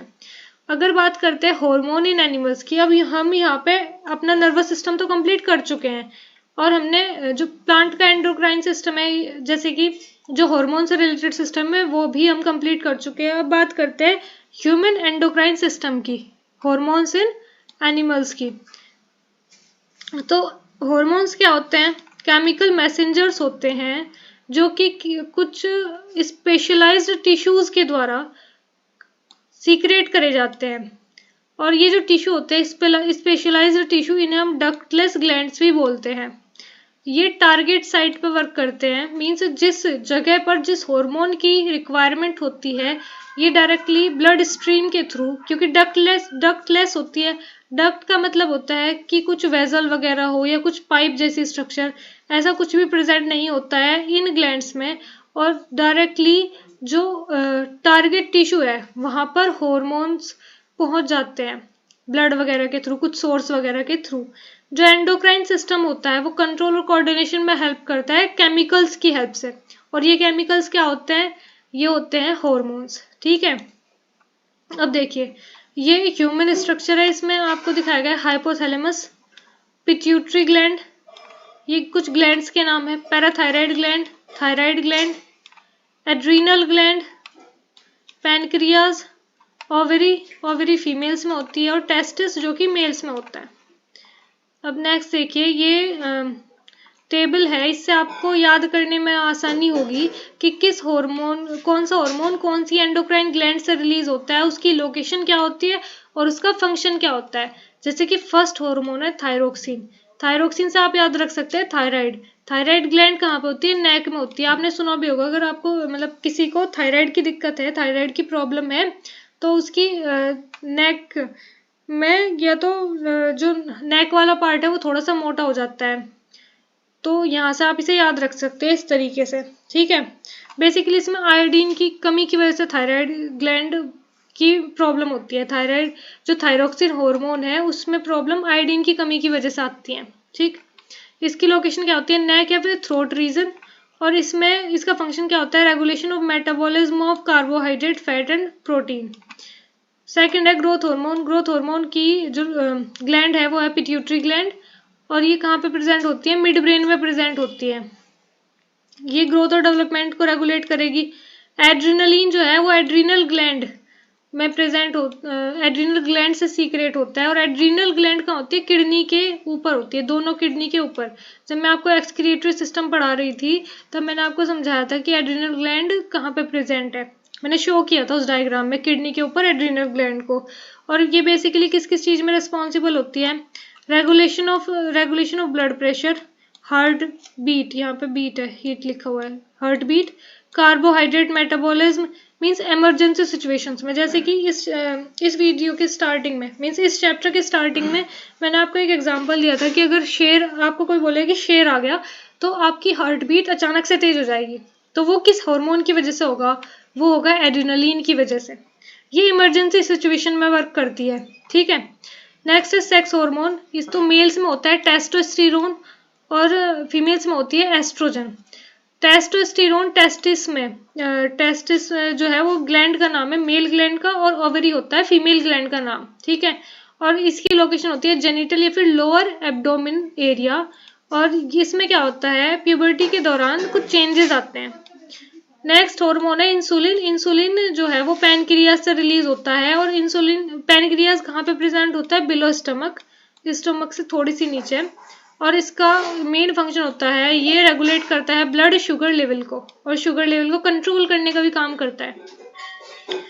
अब देखिए नेक्स्ट इसमें iodised salt is necessary because, अब ऐसा सुना होगा आपने जैसे कि टीवी वगैरह में या फिर न्यूज़पेपर वगैरह में आप एडवर्टीजमेंट देखते हैं, तो उसमें ऐसा एक ऐड आता है जैसे कि आयोडीन युक्त नमक का इस्तेमाल करना चाहिए। तो वो किस लिए जरूरी होता है, तो बेसिकली होता क्या है, जो आयोडीन मिनरल है ना, वो एक बहुत इंपॉर्टेंट पार्ट है थायरोक्सिन हार्मोन का। अगर आप आयोडाइज्ड सोल्ट का यूज कर रहे हैं, उसे कंज्यूम कर रहे हैं, तो जो आपकी थायराइड ग्लैंड है उससे रिलीज होने वाला थायरोक्सिन हार्मोन है वो कंट्रोल में रहेगा, वो सही से वर्क करेगी वो ग्लैंड। और अगर इस मतलब कि आयोडीन की कमी हो जाती है तो एक डिसीज हो जाती है, थायराइड ग्लैंड से रिलेटेड एक डिसीज हो जाती है जिसे कि गोइट्रे बोलते हैं, ठीक है। नेक्स्ट है डायबिटीज। डायबिटीज बेसिकली इंसुलिन से रिलेटेड है। अब इसका कोज क्या होता है, इसमें क्या होता है, इंसुलिन हार्मोन की कमी हो जाती है। और इंसुलिन किससे सीक्रेट हो रहा था, पैनक्रियाज से। पैनक्रियाज कहाँ प्रेजेंट होती है, स्टमक से थोड़ी सी नीचे। और ये ब्लड शुगर लेवल को कंट्रोल करने का काम करती है। इसके ट्रीटमेंट में क्या करा जाता है, इंसुलिन के इंजेक्शंस दिए जाते हैं पेशेंट्स को, ताकि उनका ब्लड शुगर लेवल कंट्रोल रहे। फिर आता है फीडबैक मैकेनिज्म। फीडबैक मैकेनिज्म ये होता है कि अब जैसे कि ऐसा है कि कुछ हार्मोन्स, जो हार्मोन्स होते हैं वो सीक्रेट हो रहे हैं, ठीक है। अगर कभी मीन्स हार्मोन को एक पर्टिकुलर अमाउंट में, एक स्पेसिफिक अमाउंट में सीक्रेट करने के लिए, कि ना तो वो जरूरत से ज़्यादा सीक्रेट हो ना ही वो जरूरत से कम सीक्रेट हो, उसके लिए, और एक सही टाइम पे सीक्रेट हो, उसके लिए, उसके रेगुलेशन के लिए फीडबैक मैकेनिज्म का यूज करा जाता है, ठीक। अब देखिए फीडबैक मैकेनिज्म में क्या होता है, जैसे कि सपोज कीजिए शुगर लेवल बढ़ा हुआ है ब्लड का, ठीक। तो जो पैनक्रियाज की सेल्स है ये उसे डिटेक्ट करेंगी, इंसुलिन का सीक्रेशन करेंगी। फिर ब्लड शुगर लेवल कम हो गया, ठीक, तो वह इंसुलिन को सीक्रेट करना बंद कर देगी। तो यहाँ पे देखो क्या हुआ कि अगर ब्लड शुगर लेवल जब कम हो गया ना, तो एक फीडबैक भेजा जाएगा पैनक्रियाज को कि अब आपको जो इंसुलिन का सीक्रेशन है वो बंद कर देना है, ठीक। और फिर इंसुलिन का सीक्रेशन बंद हो जाएगा। तो ये चैप्टर भी हमने कवर कर लिया है। इसमें अगर कोई डाउट है तो आप मुझे कमेंट सेक्शन में बता दीजिएगा, उससे रिलेटेड मैं आपको कोई अलग वीडियो या फिर कमेंट में उसका आंसर देने की कोशिश करूंगी, ठीक है। नेक्स्ट चैप्टर अब हम इसमें स्टार्ट कर रहे हैं ताकि हम जल्दी से जल्दी अपना ये जो सिलेबस है बायोलॉजी क्लास 10th का वो कवर कर सके, और ये वीडियोस आपके लिए काफ़ी ज़्यादा हेल्पफुल होंगी। आप एक बार ये देखिए, ठीक है। क्लास 10th में नेक्स्ट बायोलॉजी का चैप्टर जो हम स्टडी करेंगे वो है how do organism reproduce, chapter 8 है। सो देखिए, रिप्रोडक्शन एक ऐसा प्रोसेस होता है जिसमें जो एक नए ऑर्गेनिज्म का, एक नए इंडिविजुअल का फॉर्मेशन होता है, एक नया इंडिविजुअल प्रोड्यूस होता है। So basically reproduction is the process by which living organism produce new individual similar to themself. Reproduction क्या करता है, कंटिन्यूटी बना के रखता है। नए ऑर्गेनिज्म प्रोड्यूस होंगे तभी तो लाइफ चलती रहेगी अर्थ पे, ठीक है। तो रिप्रोडक्शन क्या है, एक ब्रिज है जिससे कि हेरिडिटी ट्रांसमिशन होता है, मतलब जीन्स एक ऑर्गेनिज्म से, जीन्स पेरेंट से, जेनेटिक मटेरियल पेरेंट से ऑफ स्प्रिंग में जाता है। ऑफ स्प्रिंग बोलते हैं जो प्रोड्यूस हुआ नया ऑर्गेनिज्म उसे, ठीक। इसमें क्या होता है, डीएनए कॉपी होता है एक तरीके से, तो जिसकी वजह से जैसे कि आपने ऐसा देखा है कि जो पेरेंट्स हैं, जो चाइल्ड्स होते हैं वो अपने पेरेंट्स के काफ़ी पेरेंट्स से काफ़ी ज़्यादा सिमिलर होते हैं। वो किस वजह से होते हैं, डीएनए का ट्रांसमिशन होता है। डीएनए के ट्रांसमिशन की वजह से ही पेरेंट्स के जैसे होते हैं जो चाइल्ड होते हैं। चाइल्ड पेरेंट्स के जैसे किसकी वजह से होता है, डीएनए की वजह से, जेनेटिक मटेरियल की वजह से, ठीक है। अब देखिए, जो कॉपिंग of DNA is also not a full proof exercise, even minute changes bring about variation. Means अगर हल्का सा भी चेंज हो जाता है ना डीएनए में, और जाहिर सी बात है वो होता है, जैसे कि दो तरीके का रिप्रोडक्शन होता है, ए सेक्सुअल रिप्रोडक्शन और सेक्सुअल रिप्रोडक्शन। सो ए सेक्सुअल रिप्रोडक्शन में तो चेंजेस होने के, डीएनए में जो चेंजेस होने के चांसेस है वो बहुत कम होते हैं, लेकिन सेक्सुअल रिप्रोडक्शन में चेंजेस होता है। इसी वजह से बिल्कुल एग्जैक्ट कॉपी नहीं होते हैं चिल्ड्रंस अपने पेरेंट्स की। अगर डीएनए में बिल्कुल भी चेंज ना हो तो एग्जैक्टली सेम कॉपी होंगे चिल्ड्रंस अपने पेरेंट्स की, जबकि ऐसा नहीं होता है क्योंकि सेक्सुअल रिप्रोडक्शन में वेरिएशंस आ जाती है। वेरिएशंस किसे बोलते हैं, चेंजेस को बोलते हैं, ठीक है। अब देखिए, जो यूजफुल वेरिएशंस हैं वो रिटेन कर ली जाती है, लेकिन जो हार्मफुल वेरिएशन है वो harmful one does not go beyond. Means जो यूजफुल वेरिएशंस है वो रखी जाती हैं आगे की ऑफ स्प्रिंग्स में। और इसमें देखिए, जो वेरिएशन है ना वो एक तरीके से स्पीसीज को हेल्प करती है एनवायरनमेंट के जो चेंजेस आ रहे हैं उनमें अपने आप को ढालने के लिए, ठीक। जैसे कि अगर सपोज कीजिए कुछ कुछ जगह पर सर्दियाँ बहुत ज़्यादा होती हैं, ठीक। अब अगर अगर कोई सपोज कीजिए दो जगह है, एक पे तो सर्दियाँ बहुत ज़्यादा होती है और एक पे गर्मियाँ बहुत ज़्यादा होती है, तो अगर कोई ऐसा इंसान जो गर्मी वाली जगह पे रहता है वो अचानक से सर्दी वाली जगह पे ट्रांसफ़र हो जाए तो उसे वहाँ पे एडजस्ट करने में बहुत ज़्यादा प्रॉब्लम होगी, क्योंकि उसके जीन्स, उसके जेनेटिक मटेरियल में वो अडेप्टेशन है ही नहीं कि वो इतनी जल्दी उसे अडेप्ट कर ले, उस उन चेंजेस को एडजस्ट, उन चेंजेस में एडजस्ट कर ले अपनी बॉडी को। लेकिन अगर कोई ऐसा इंसान है जो मीन्स सर्दी वाली जगह ही रहता है, जो ठंड वाली जगह रहता है, जैसे कि पहाड़ी इलाकों वगैरह में रहते हैं, तो वो ना आराम से रह लेंगे वहाँ पे। सर्दी वाली जगह वो आराम से रह लेंगे क्योंकि वो ना यूज टू हो चुके हैं उस चीज़ के, उन्हें आदत पड़ चुकी है वहाँ पे रहने की।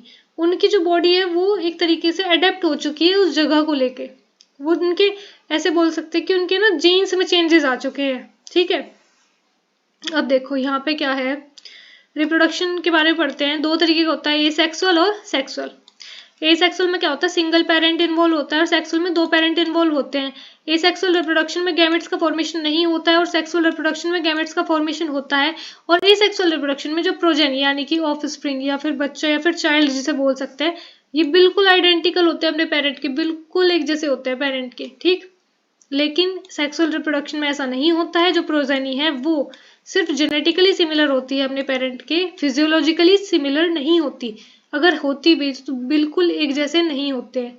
अब ये सेक्सुअल रिप्रोडक्शन की एग्जांपल है फिजन, जैसे कि अमीबा में होता है। अब अगर आप देखिए, अमीबा है कोई, ठीक है, और आगे उसका डॉटर सेल है, वो बिल्कुल एक जैसे होंगे, उनमें आप डिफरेंशिएट भी नहीं कर पाएंगे, उसमें आप ये नहीं बता पाएंगे देख के कि कौन सा पेरेंट अमीबा और कौन सा डॉटर अमीबा है। वो इस वजह से क्योंकि उनमें वेरिएशन नहीं आती।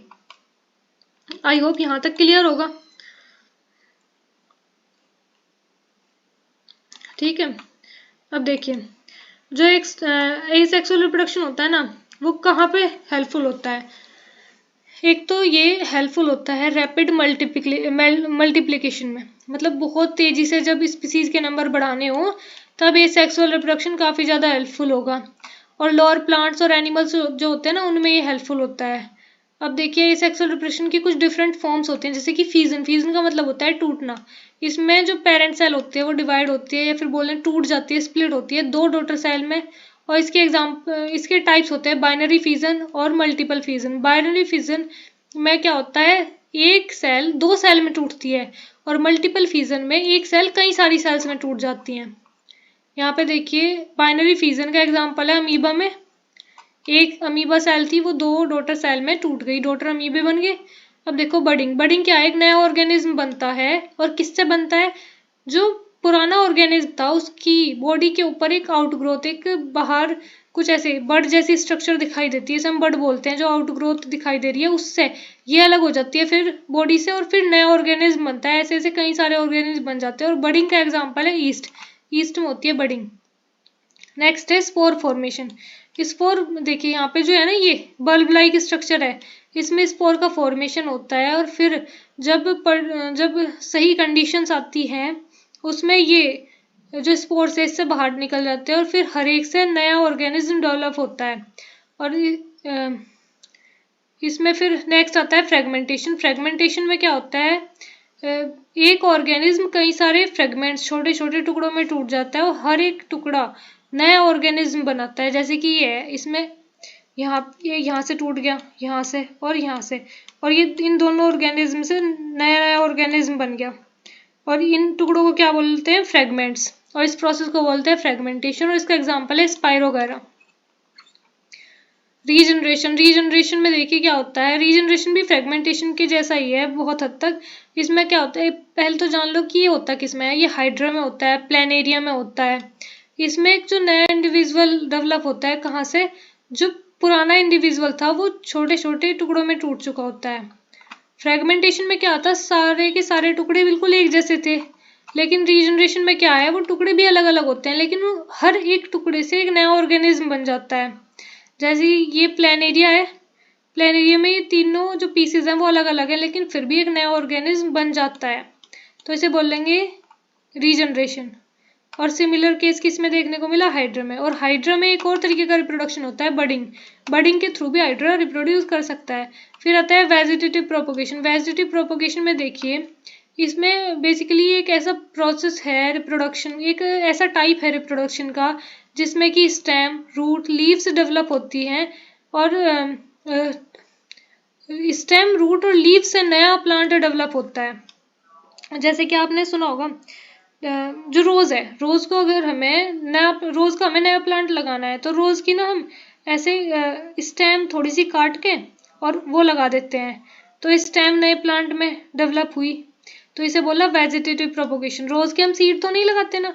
अब इसके बेनिफिट देखिए, जो प्लांट्स हैं जिन पे फ्लावर्स आते हैं, फ्रूट्स आते हैं, जल्दी आ जाते हैं। Plants can bear flower fruit earlier than those produced from seed. मतलब कि अगर हमने इस तरीके से कोई प्लांट लगाया, जैसे कि रोज़ है, रोज़ को हमने इस तरीके से लगाया तो उस पर फ्लावर्स जल्दी आ जाएंगे। और अगर हम सीड वगैरह के थ्रू कोई प्लांट लगाते हैं तो पहले तो वो ग्रो करेगा, फिर थोड़ा सा बड़ा होगा, फिर और बड़ा होगा, तब जाके कहीं उस पर प्लांट्स पे फ्लावर, सीड वगैरह ये सब आएंगे। तो इन पे ना वेजिटेटिव प्रोपोगेशन से जो प्लांट बड़े होते हैं या फिर उगते हैं, उन पे जल्दी फ्लावर आ जाते हैं, जल्दी फ्रूट आ जाते हैं।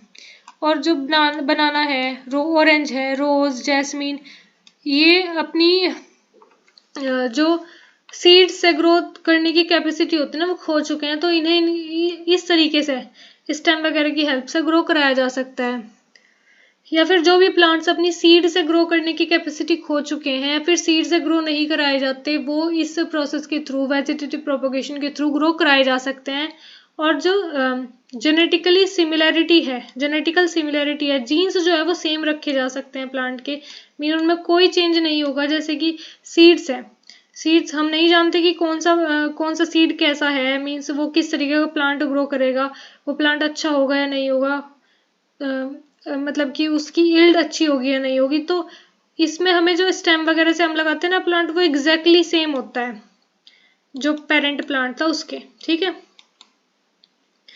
अब एग्जाम्पल है इसके, जैसे शुगर केन भी तो हम ऐसे ही कट करके लगाते हैं। रोज, ग्रेप्स, ये हम लेयरिंग और ग्राफ्टिंग के थ्रू लगाते हैं। सेक्सुअल रिप्रोडक्शन में देखो, सेक्सुअल रिप्रोडक्शन में फ्यूजन होता है मेल और फीमेल गैमेट का, और फिर जाइगोट का फॉर्मेशन होता है और जाइगोट से नया ऑर्गेनिज्म बन जाता है। इसी को बोलते हैं सेक्सुअल रिप्रोडक्शन। इसमें देखो क्या है, the process of fusion between two gametes is called fertilisation and the formation of gametes involve exchange of chromosomal genetic fragment between two homologous chromosomes causing genetic recombination which lead to variation। तो इसमें क्या होता है, jeans जो है ना, ऐसे समझिए कि जो सेल है, सेल के अंदर न्यूक्लियस होता है, और न्यूक्लियस में क्या होता है, क्रोमोसोम होते हैं, जेनेटिक मटेरियल होता है। क्रोमोसोम्स जो है वहां पे उस लेवल पे जो जीन्स है, जेनेटिक फ्रेगमेंट्स जो है वो इंटरचेंज होते हैं, वो एक्सचेंज होते हैं, और जिसकी वजह से जेनेटिक वेरिएबिलिटी आती है। मीन्स जीन्स अलग अलग, एक तरीके से जो वेरिएशंस है वो इस लेवल पे आती है जब होमोलोगस क्रोमोसोम्स में जेनेटिक मटेरियल का एक्सचेंज होता है, जिसकी वजह से वेरिएशन आती है। अब सेक्सुअल रिप्रोडक्शन इन प्लांट्स की अगर बात करते हैं तो देखिए, ये काफ़ी सारे फ्लावरिंग प्लांट में हमें देखने को मिलता है। और इसमें देखिए, जो पहले तो सुनिए कि जो फ्लावर्स होते हैं ना, वो दो तरीके के होते हैं, बाइसेक्सुअल फ्लावर और यूनिसेक्सुअल फ्लावर। बाइसेक्सुअल फ्लावर वो फ्लावर होते हैं जिसमें कि मेल और फीमेल रिप्रोडक्टिव पार्ट एक ही प्लांट में प्रेजेंट होता है। सॉरी। और इसमें जो यूनिसेक्सुअल फ्लावर वो फ्लावर होते हैं जिसमें मेल या तो एक प्लांट पे मेल पार्ट ही प्रेजेंट होगा या एक प्लांट पे फीमेल पार्ट ही प्रेजेंट होगा, दोनों एक ही प्लांट पे प्रेजेंट नहीं होंगे। यूनि का मतलब एक और बाई का मतलब दो। जैसे कि स्टेमन और कार्पल दोनों एक ही प्लांट में प्रेजेंट हो। एग्जाम्पल है हिबिस्कस और मस्टर्ड। गुड़हल का फूल आपने देखा भी होगा, और सरसों के फूल अगर आपने देखे होंगे तो आप उसमें देखोगे कि मेल और फीमेल दोनों पार्ट उसमें एक ही प्लांट में प्रेजेंट होते हैं। यूनिसेक्सुअल के एग्जाम्पल है पपाया और वाटरमेलन। अब देखो यहाँ पे ये जो है, ये वाला पार्ट होता है एंथर और ये वाला पार्ट होता है फिलामेंट, और ये दोनों हम स्टडी करते हैं। स्टेमन के अंदर ये मेल रिप्रोडक्टिव पार्ट होते हैं, इसमें पोलन ग्रेन का फॉर्मेशन होता है इस एंथर में। ठीक है। अब देखिए यहाँ पे ये वाला जो पार्ट है, ये इसमें ऊपर वाला पार्ट तो बोलते हैं स्टाइल, बीच वाले पार्ट को बोलते हैं स्टिग्मा, और आखिरी वाले पार्ट को बोलते हैं ओवरी। ये जो इस तरीके का है, यहाँ पे ओव्यूल्स का फॉर्मेशन होता है। ये जो पोलन ग्रेन है ये गुड़हल के फूल का एग्जाम्पल है। ठीक है। और ये फीमेल रिप्रोडक्टिव में आता है, पिस्टल या फिर कार्पल बोलते हैं इसे। फीमेल रिप्रोडक्टिव पार्ट के 3 पार्ट होते हैं, स्टाइल, स्टिग्मा, ओवरी। सॉरी, इसमें सबसे ऊपर होता है स्टिग्मा, वो यहाँ पे शो नहीं हो रहा। Stigma, style, ovary. ठीक है। 3 पार्ट होते हैं फीमेल वाले के, और फिलामेंट और एंथर होता है मेल वाले के। जो एक कलर्ड पार्ट है उसे पेटल बोलते हैं, और जो ग्रीन सा ये होता है ना, इसे सेपल बोलते हैं, और इसमें ओवरी के अंदर ओव्यूल्स होते हैं। जब ये पोलन ग्रेन का फॉर्मेशन होता है, फिर एंथर से पोलन ग्रेन स्टिग्मा के थ्रू स्टिग्मा पर लैंड करते हैं। ठीक। कुछ पोलिनेटिंग एजेंट्स होते हैं, जैसे कि विंड हो गया, हवा होगी, या वाटर वगैरह, इन सब चीज़ों के थ्रू। और फिर यहाँ पे पोलन ट्यूब का फॉर्मेशन होता है, और ये पोलन ट्यूब मेल गैमेट्स जो प्रेजेंट है पोलन ग्रेन में उसे इस तरीके से ओवरी तक छोड़ती है, और यहाँ पे फिर फर्टिलाइजेशन का प्रोसेस होता है, फिर फ्रूट का फॉर्मेशन होता है, और ये जो ओव्यूल्स थे इनका सीड बन जाता है। यहाँ तक क्लियर होगा। अब देखिए अटिपिकल, यहाँ पे अच्छा, हाँ देखिए यहाँ पे रिप्रोडक्टिव पार्ट को अच्छे से समझाया गया है जो मैंने अभी तक बताया ना आपको। तो इसमें फर्स्ट है स्टेमन, इसमें सेकंड है कार्पल। स्टेमन तो मेल पार्ट होता है, कार्पल फीमेल पार्ट होता है। मेल पार्ट में हम फिलामेंट और एंथर के बारे में स्टडी करते हैं, एंथर डिप्लॉयड होता है। और फीमेल पार्ट में हम स्टाइल, ओवरी और स्टिग्मा के बारे में स्टडी करते हैं, ओवरी भी डिप्लॉयड होती है। एंथर में मियोसिस के थ्रू पोलन ग्रेन का फॉर्मेशन होता है, pollen grain male gamete carry करता है, और ओवरी में एग सेल में ओव्यूल का फॉर्मेशन होता है जो कि हैप्लॉइड होता है, और पोलन ग्रेन भी हैप्लॉइड होता है। जो पोलन ग्रेन है, पोलन ग्रेन का फ्लावर से स्टिग्मा तक ट्रांसफर होने का जो प्रोसेस होता है उसे तो बोलते हैं पोलिनेशन। और पोलिनेशन में अगर एक ही पोलिनेशन भी अगर एक ही प्लांट में चल रहा है, जैसे कि एक फ्लावर है, एक फ्लावर में एंथर भी है और स्टिग्मा भी है, मीन्स फीमेल और मेल पार्ट दोनों है, तो उस प्लांट के उस फ्लावर के, उस एक ही फ्लावर के एंथर से पोलन ग्रेन का उसी फ्लावर के स्टिग्मा पर लैंड करना और फिर वहां से ओव्यूल तक, मेल गैमेट तक कब पहुंचना, उसे तो बोलते हैं सेल्फ पोलिनेशन। मतलब एक ही फ्लावर में चल रहा है। और अगर यही जो पोलन ग्रेन है वो किसी दूसरे फ्लावर के स्टिग्मा पर लैंड हो, उसे बोलेंगे क्रॉस पोलिनेशन। जो ट्रांसफर होता है वो एजेंट्स के थ्रू होता है, जैसे कि विंड, वाटर और एनिमल्स। और पोलिनेशन के बाद में पोलन ग्रेन एग सेल तक पहुंचता है, किसकी हेल्प से? पोलन ट्यूब की हेल्प से। अब देखो फर्टिलाइजेशन में क्या होता है, पोलन ग्रेन और फीमेल एग सेल का फ्यूजन होता है और ओवरी के अंदर जाइगोट का फॉर्मेशन होता है। यहाँ पे डायग्राम को काफी अच्छे तरीके से रिप्रेजेंट कर रखा है, आप यहाँ पे देख सकते हैं। ठीक, जो जाइगोट है वो डिवाइड करता है कई बार और एम्ब्रियो का फॉर्मेशन करता है ओव्यूल के अंदर। और जो ये ओव्यूल है वो एक tough coat, tough covering develop कर देता है और डेवलप हो जाता है सीड में। ओवरी फिर ग्रो करती रहती है और राइपन मतलब कि पक जाती है और फ्रूट का फॉर्मेशन होता है। और जो सीड है सीड जो है ना वो एक तरीके से फ्यूचर प्लांट को कैरी करने का काम करता है। फ्यूचर प्लांट होते हैं सीड, और इस प्रोसेस को हम जर्मिनेशन बोलते हैं। अब देखिए रिप्रोडक्शन इन ह्यूमन बीइंग की अगर बात करें तो ह्यूमंस में सेक्सुअल मोड होता है रिप्रोडक्शन का, and it needs sexual maturation which include creation of germ cell, egg, ova in the female and sperm in the male partner. This period of sexual maturation is called puberty. तो puberty के time पे sexual maturation आ जाती है mail और female में। इसमें female में तो ओवम का फॉर्मेशन शुरू हो जाता है और स्पर्म का फॉर्मेशन शुरू होता है मेल में। जो ह्यूमन है उसमें मेल और फीमेल रिप्रोडक्टिव सिस्टम होते हैं जो कि वेल डेवलप होते हैं। और जो मेल जर्म सेल है, स्पर्म जो है वो टेस्टिस में फॉर्म होती है, मेल रिप्रोडक्टिव ऑर्गन जो होता है, और इसमें एक पेयर प्रेजेंट होता है टेस्टिस का। ठीक है, जो कि स्कॉर्टम के अंदर लोकेटेड होता है। और स्कॉर्टम कहाँ होती है? एब्डोमिनल कैविटी के बाहर होती है। वो इस वजह से होता है एब्डोमिनल कैविटी के बाहर स्कॉर्टम क्यों सिचुएटेड होती है। अगर रीजन बेस्ड क्वेश्चन में इसका आंसर पूछने को आता है तो आपको बताना होगा कि रीजन ये होता है कि जिससे कि जो टेम्परेचर है वो लो रहे और स्पर्म के प्रोडक्शन के लिए लो टेम्परेचर की रिक्वायरमेंट होती है, इसलिए एब्डोमिनल कैविटी से बाहर स्कॉर्टम होती है और स्कॉर्टम के अंदर टेस्टिस का पेयर प्रेजेंट होता है। जो टेस्टिस है वो मेल सेक्स हार्मोन भी रिलीज करता है जिसे कि टेस्टोस्टेरोन बोलते हैं, जिसका मेन फंक्शन होता है स्पर्म का प्रोडक्शन। और दूसरा जो चेंजेस आते हैं बॉयज की अपीयरेंस में प्यूबर्टी के टाइम पे। अब देखिए जो स्पर्म है वो प्रोस्टेट ग्लैंड और सेमिनल वेसिकल इन दोनों के सीक्रेशन के साथ में सीमन का फॉर्मेशन करते हैं जो कि रिलीज करा जाता है और फीमेल जेनेटिल ट्रैक्ट में एंटर करता है कॉपुलेशन के दौरान। ये है फिर female reproductive system. Female reproductive system में फेलोपियन ट्यूब है, यहाँ पे ये ओवरी है, ये यूट्रस है जिसे कि वॉम्ब भी बोलते हैं, और ये है cervix and this is vagina. अब देखिए जो फीमेल जर्म सेल है या फिर एग, ये ओवरीज में फॉर्म होते हैं और एक पेयर प्रेजेंट होता है एब्डोमेन के दोनों साइड ओवरी का फीमेल में। And when a girl is born ovaries already contain thousand of immature egg. Means जब किसी गर्ल का बर्थ होता है ना उस टाइम पे उसकी ओवरी में thousand of immature egg present होते हैं। फिर धीरे धीरे जैसे प्यूबर्टी आती है उस टाइम पे वो एग मैच्योर होना स्टार्ट कर देते हैं और एक एग हर मंथ मैच्योर होता है किसी भी एक ओवरी से। At the puberty some of the egg start maturing और one egg is produced every month by one of the ovary. Egg is carried from the ovary to the womb through the fallopian tube. Fallopian tube की help से देखिए यहाँ पे तो formation हुआ, यहाँ पे तो फॉर्मेशन हुआ एग का, फिर फेलोपियन ट्यूब की हेल्प से वो यूट्रस में आता है एग। और फिर जो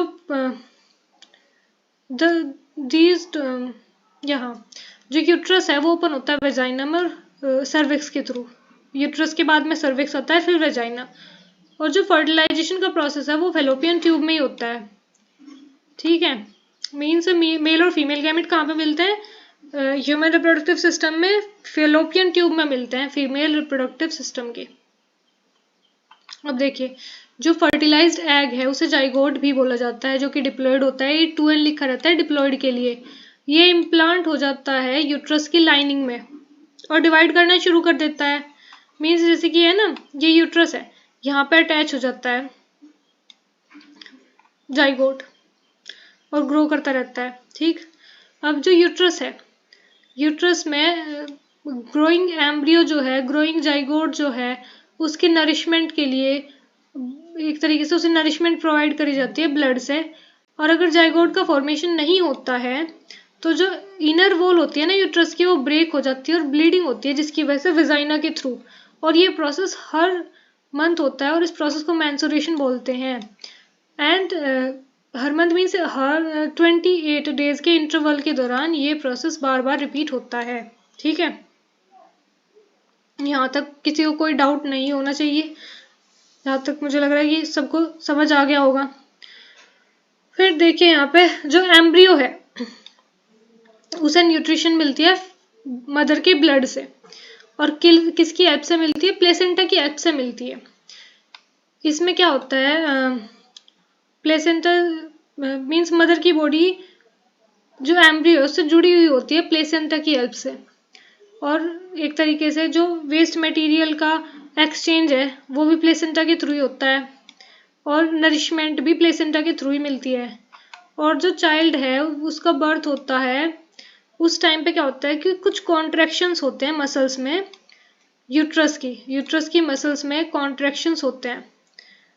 और 9 मंथ के बाद में यानी कि 36 वीक में जो मदर का वोम्ब है, मदर का यूट्रस है, उसके अंदर जो बेबी का डेवलपमेंट है वो पूरा हो जाता है। और इस प्रोसेस को 9 मंथ के प्रोसेस को बोलते हैं गेस्टेशन पीरियड, ठीक है। अब देखिए, जो सेक्सुअल साइकिल होता है वो वुमेन में up to the age of 45 to 50 years तक चलता रहता है। मतलब जो ये मेंस्ट्रुएशन साइकिल है ना, मेंस्ट्रुएशन का जो प्रोसेस है वो 45 से 50 साल की उम्र तक चलता रहता है वुमेन में। उसके बाद में ओवरी एग रिलीज नहीं करती है और उस स्टेज को बोलते हैं मेनोपॉज। और जब मेंस्ट्रुअल साइकिल स्टार्ट होता है उसे मेनार्क बोलते हैं, ठीक है। और इससे it is also mark the end of menstruation in the women, ठीक। अब देखिए, नेक्स्ट हम पढ़ेंगे इसमें रिप्रोडक्टिव हेल्थ के बारे में। रिप्रोडक्टिव हेल्थ का मतलब ये नहीं होता कि रिप्रोडक्टिव ऑर्गन्स का हेल्दी होना। रिप्रोडक्टिव हेल्थ के बारे में अगर हम बात करें तो according to WHO world health organisation, ऐसा कहा जाता है कि किसी एक पर्टिकुलर इंसान का हेल्दी होना, रिप्रोडक्टिवली हेल्दी होना, सिर्फ ये नहीं कि रिप्रोडक्टिव ऑर्गन्स का हेल्दी होना है। इसका मतलब है कि वो फिजिकली, इमोशनली, सोशली और बिहेवियरली हर एक टर्म में वो इंसान हेल्दी हो, उसे हम बोलेंगे कि रिप्रोडक्टिवली हेल्दी है, ठीक है। अब होते हैं कुछ मेथड्स होते हैं कॉन्ट्रासेप्शन। कॉन्ट्रासेप्शन बेसिकली होता क्या है? प्रेगनेंसी को अवॉइड करना। और इन्हें हम मतलब कि ये किया जा सकता है कुछ मेथड्स से। मेथड्स क्या क्या हैं? फर्स्ट है फिजिकल मेथड, सेकंड है सर्जिकल मेथड और थर्ड है केमिकल मेथड। फिजिकल मेथड के अंदर आता है कि स्पर्म और एग का जो फ्यूजन है उसे ना होने दिया जाए, कॉन्डम वगैरह का यूज़ किया जाए, डायफ्राम या फिर सर्विकल कैप का यूज़ किया जाए। सर्जिकल मेथड्स में आता है बेसिकली सर्जरी के थ्रू जब कॉन्ट्रासेप्शन का मेथड अपनाया जाता है। तो इसमें दो मेथड पड़ते हैं, वेसेक्टोमी और ट्यूबेक्टोमी। वेसेक्टोमी क्या होता है? जो vas deferens male reproductive system का पार्ट होता है ना, उससे कट करके टाइड कर दिया जाए, जिससे कि male basically sperm transfer block हो जाए। और ट्यूबेक्टोमी में जो फेलोपियन ट्यूब है उसका पार्ट ब्लॉक कर दिया जाए ताकि जो एग है वो यूट्रस तक ना पहुंचे। जो कॉपर टी है या फिर लूप है वो भी यूट्रस में प्लेस किया जाता है प्रेगनेंसी को प्रिवेंट करने के लिए। फिर केमिकल मेथड्स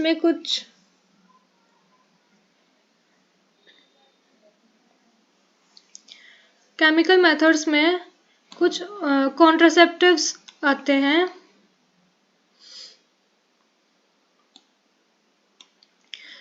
जैसे कि कुछ ओरल कॉन्ट्रासेप्टिव्स आते हैं जो कि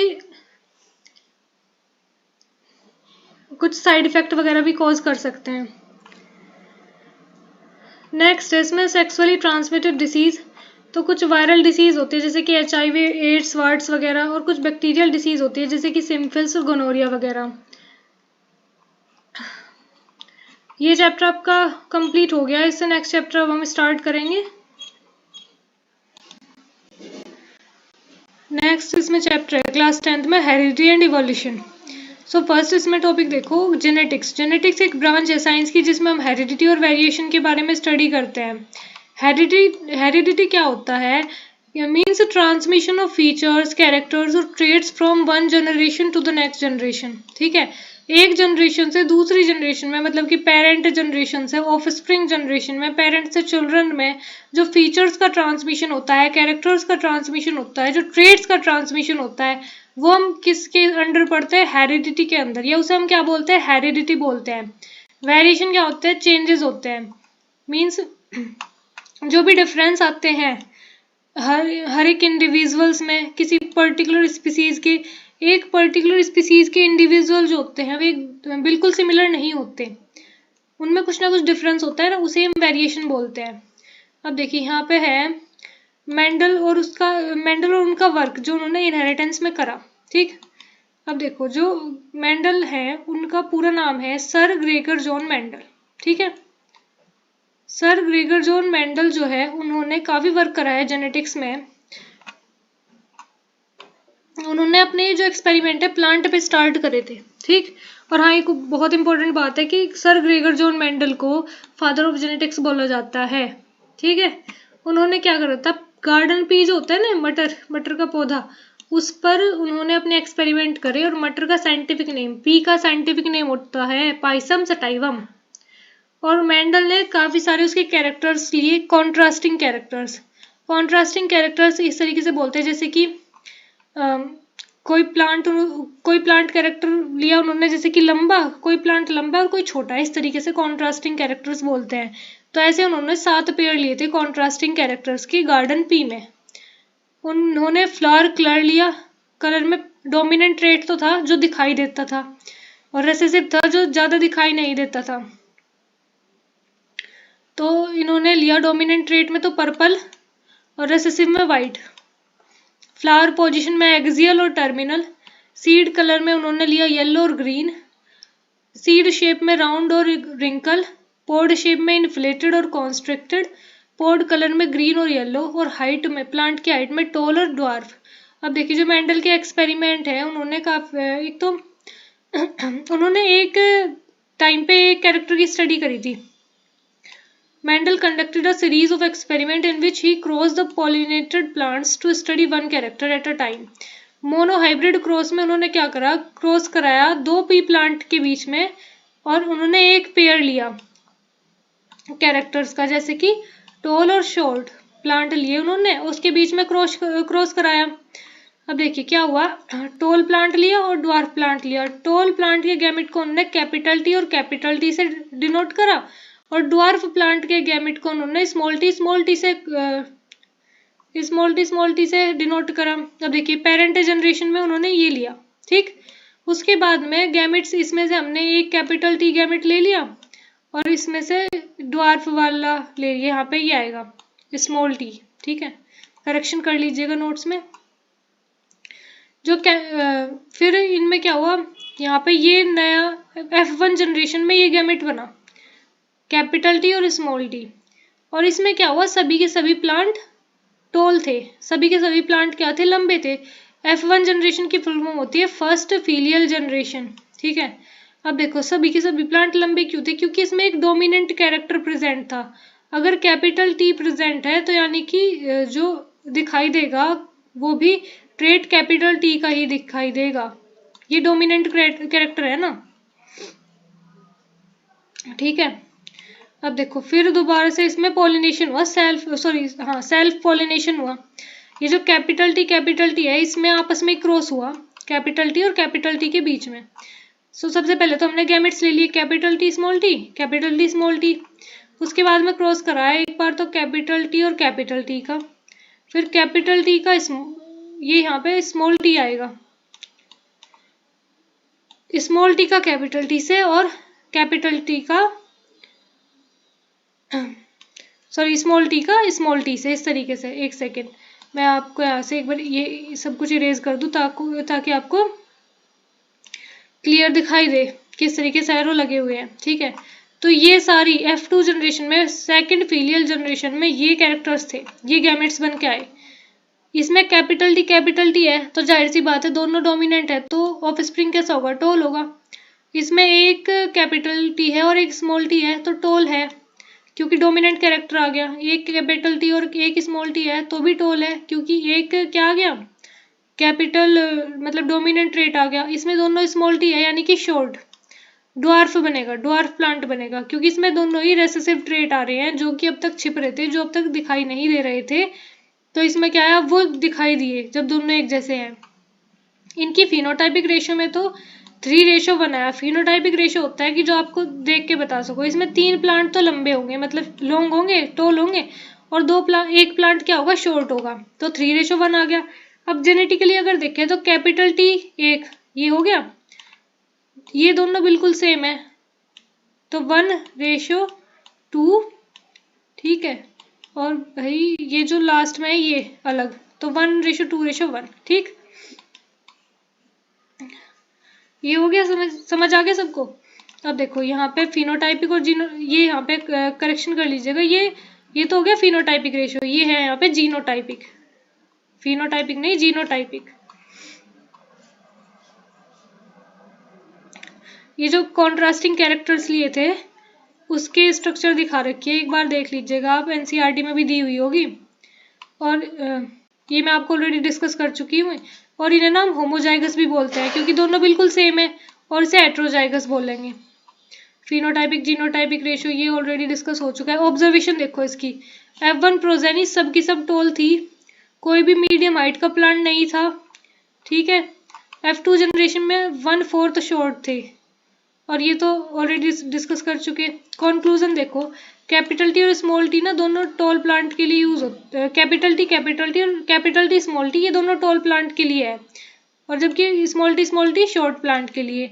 एक सिंगल कॉपी जो है टी की वो काफ़ी है किसी प्लांट को टॉल बनाने के लिए, जबकि जो ये है ना स्मॉल टी दो चाहिए होते हैं किसी प्लांट को शॉर्ट बनाने के लिए। ये कंक्लूजन और ये ऑब्जर्वेशन ये कुछ नहीं है, सिर्फ आपको ना ये आना चाहिए। एक सेकेंड, ये जो क्रॉस यहाँ पे करा ना, ये अच्छे से समझ लिया अगर आपने, तो आप सारी ऑब्जर्वेशन सारे कंक्लूजन खुद से लिख सकते हैं, कोई भी प्रॉब्लम नहीं आएगी, और बल्कि किसी भी तरीके के क्वेश्चन में नहीं आएगी। ये सारे F1 जनरेशन में, F2 जनरेशन में, सब में इसी तरीके से बनता है। अब देखो डाई हाइब्रिड क्रॉस में भी हमने बस इसमें क्या डिफरेंस आया कि दो पेयर लिए कैरेक्टर्स के। एक तो राउंड ग्रीन सीड, राउंड और ग्रीन दोनों अलग अलग कैरेक्टर है, रिंकल और येलो, फिर इनका क्रॉस कराया। देखो यहाँ पे इससे कैपिटल आर लिया, इससे कैपिटल वाई, इससे स्मॉल आर, इससे स्मॉल वाई, फिर सिंपली जैसे उसमें क्रॉस कराया था ना ऐसे ही क्रॉस कराया। पहले तो ने गैमेट्स में डिवाइड करा, एक बार तो कैपिटल आर और कैपिटल वाई, फिर कैपिटल आर और स्मॉल वाई, फिर स्मॉल आर कैपिटल वाई, फिर स्मॉल आर स्मॉल वाई, इस तरीके से लिया। फिर इसे बोलते हैं, जो स्क्वायर होता है ना इस फॉर्म में अगर हम रिप्रेजेंट करते हैं इसे पुन्नेट स्क्वायर बोलते हैं। इसकी फिनोटाइपिक रेशियो देख लीजिएगा और इसकी जीनोटाइपिक रेशियो देख लीजिएगा। ऑब्जर्वेशन और कंक्लूजन इसमें बिल्कुल सेम उसी तरीके से आप फिनोटाइपिक और जीनोटाइपिक रेशियो को देख के बता सकते हैं। तो नेक्स्ट है सेक्स डिटर्मिनेशन। सेक्स डिटर्मिनेशन के लिए जरूरी जो रिस्पॉन्सिबल फैक्टर्स होते हैं वो कौन कौन से हैं, देखो एक तो एनवायरनमेंट और एक जेनेटिक।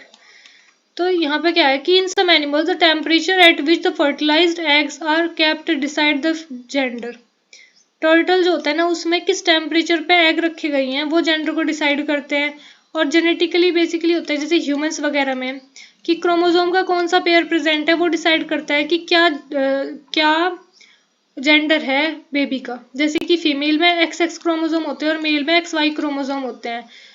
और ह्यूमन जो होते हैं उसमें 23 पेयर होते हैं क्रोमोसोम के, जिसमें से 22 पेयर्स को तो हम ऑटोसोम्स बोलते हैं, और जो एक पेयर बचा उसे हम सेक्स क्रोमोसोम बोलते हैं, जो कि डिसाइड करता है जेंडर।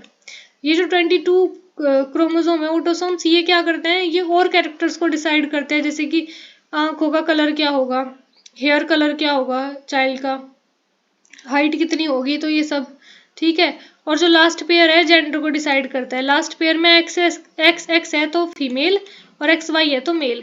ह्यूमन में देखिए जैसे हमने अभी वो टॉल और ड्वार्फ का वो बनाया था ना चार्ट, ऐसे ही सेम इसका होता है।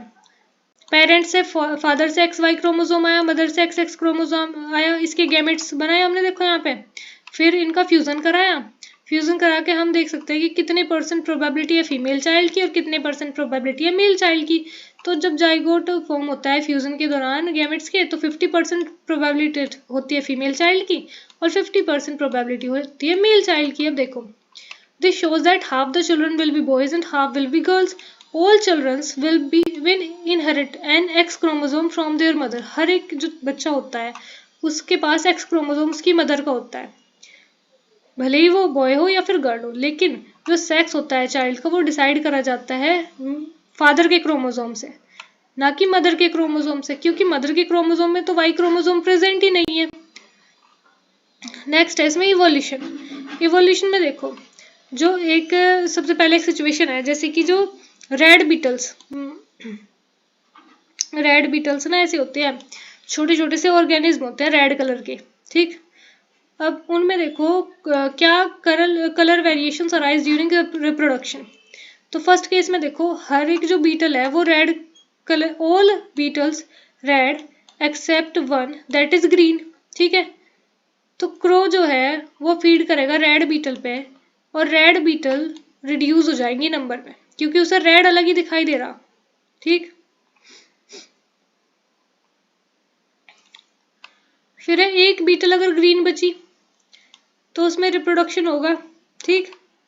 मीन्स ऐसे समझो कि कुछ ना, एक ग्रुप था रेड बीटल का, उसमें एक ग्रीन बीटल थी, मतलब घास पे है वो, तो क्या हुआ, रेड तो क्रो को अलग से दिखाई दे रही, भाई ये है रेड, ठीक। रेड है तो रेड क्रो को अलग से दिखाई दे रही, वो रेड बीटल्स को खा गया और ग्रीन वाली बची, वो दिखाई नहीं दी उसे घास में। एक जो ग्रीन वाली बची उसमें रिप्रोडक्शन हुआ तो फिर ग्रीन बीटल्स ही बनी आगे। तो जो क्रो है ना वो फीड नहीं कर पाता ग्रीन बीटल्स को, क्योंकि वो वहां पे प्रोसीजर होता है कैम्यूफ्लेज्ड। कैम्यूफ्लेज्ड ऐसे होता है जैसे इस तरीके से, जैसे वो नहीं होता गिरगिट का रंग बदल लेता है, जैसे गिरगिट ना अगर पेड़ के पत्ते के पास है तो हल्का सा ग्रीन कलर का दिखाई देगा, वो दिखाई नहीं देता। ऐसे ही कि इसके साथ हुआ ग्रीन बीटल्स के साथ में, वो क्रो को दिखाई नहीं दे रही थी ग्रीन बशेज में, जिसकी वजह से number of green beetles increases, ठीक। सिचुएशन फर्स्ट में क्या हुआ, green beetles got the survival advantage और they were naturally selected as they were not visible in green bushes. This natural selection is exerted by crow resulting in adaptation in the beetles to fit better in the environment। तो first situation के according क्या हुआ कि जो green Beatles है वो naturally select कर ली गई एनवायरनमेंट के द्वारा सर्वाइवल के लिए। अब सेकंड सिचुएशन की बात करते हैं। एक ग्रुप है रेड बीटल का, उसमें रिप्रोडक्शन हुआ, ठीक है। हर एक बीटल रेड है सिर्फ एक को छोड़ के जो कि ब्लू है, ठीक। इसमें रिप्रोडक्शन हुआ तो जो रेड बीटल का जो नंबर था वो बढ़ रहा था, और एक साइड क्या हुआ कि जो ब्लू बीटल का नंबर था वो बढ़ रहा था, तो ब्लू बीटल्स भी बढ़ गई और रेड बीटल्स भी बढ़ गई। अब ये देखो कि जो क्रो है वो दोनों तरीके की देख सकता है, दोनों बीटल्स देख सकता है, रेड भी और ब्लू भी, तो वो दोनों को खा सकता है। तो दोनों जो बीटल्स है ना दोनों तरीके के, उनका दोनों का जो नंबर है वो नंबर जो है वो डिक्रीज होगा, number reduces but still red beetles are more and blue ones are few.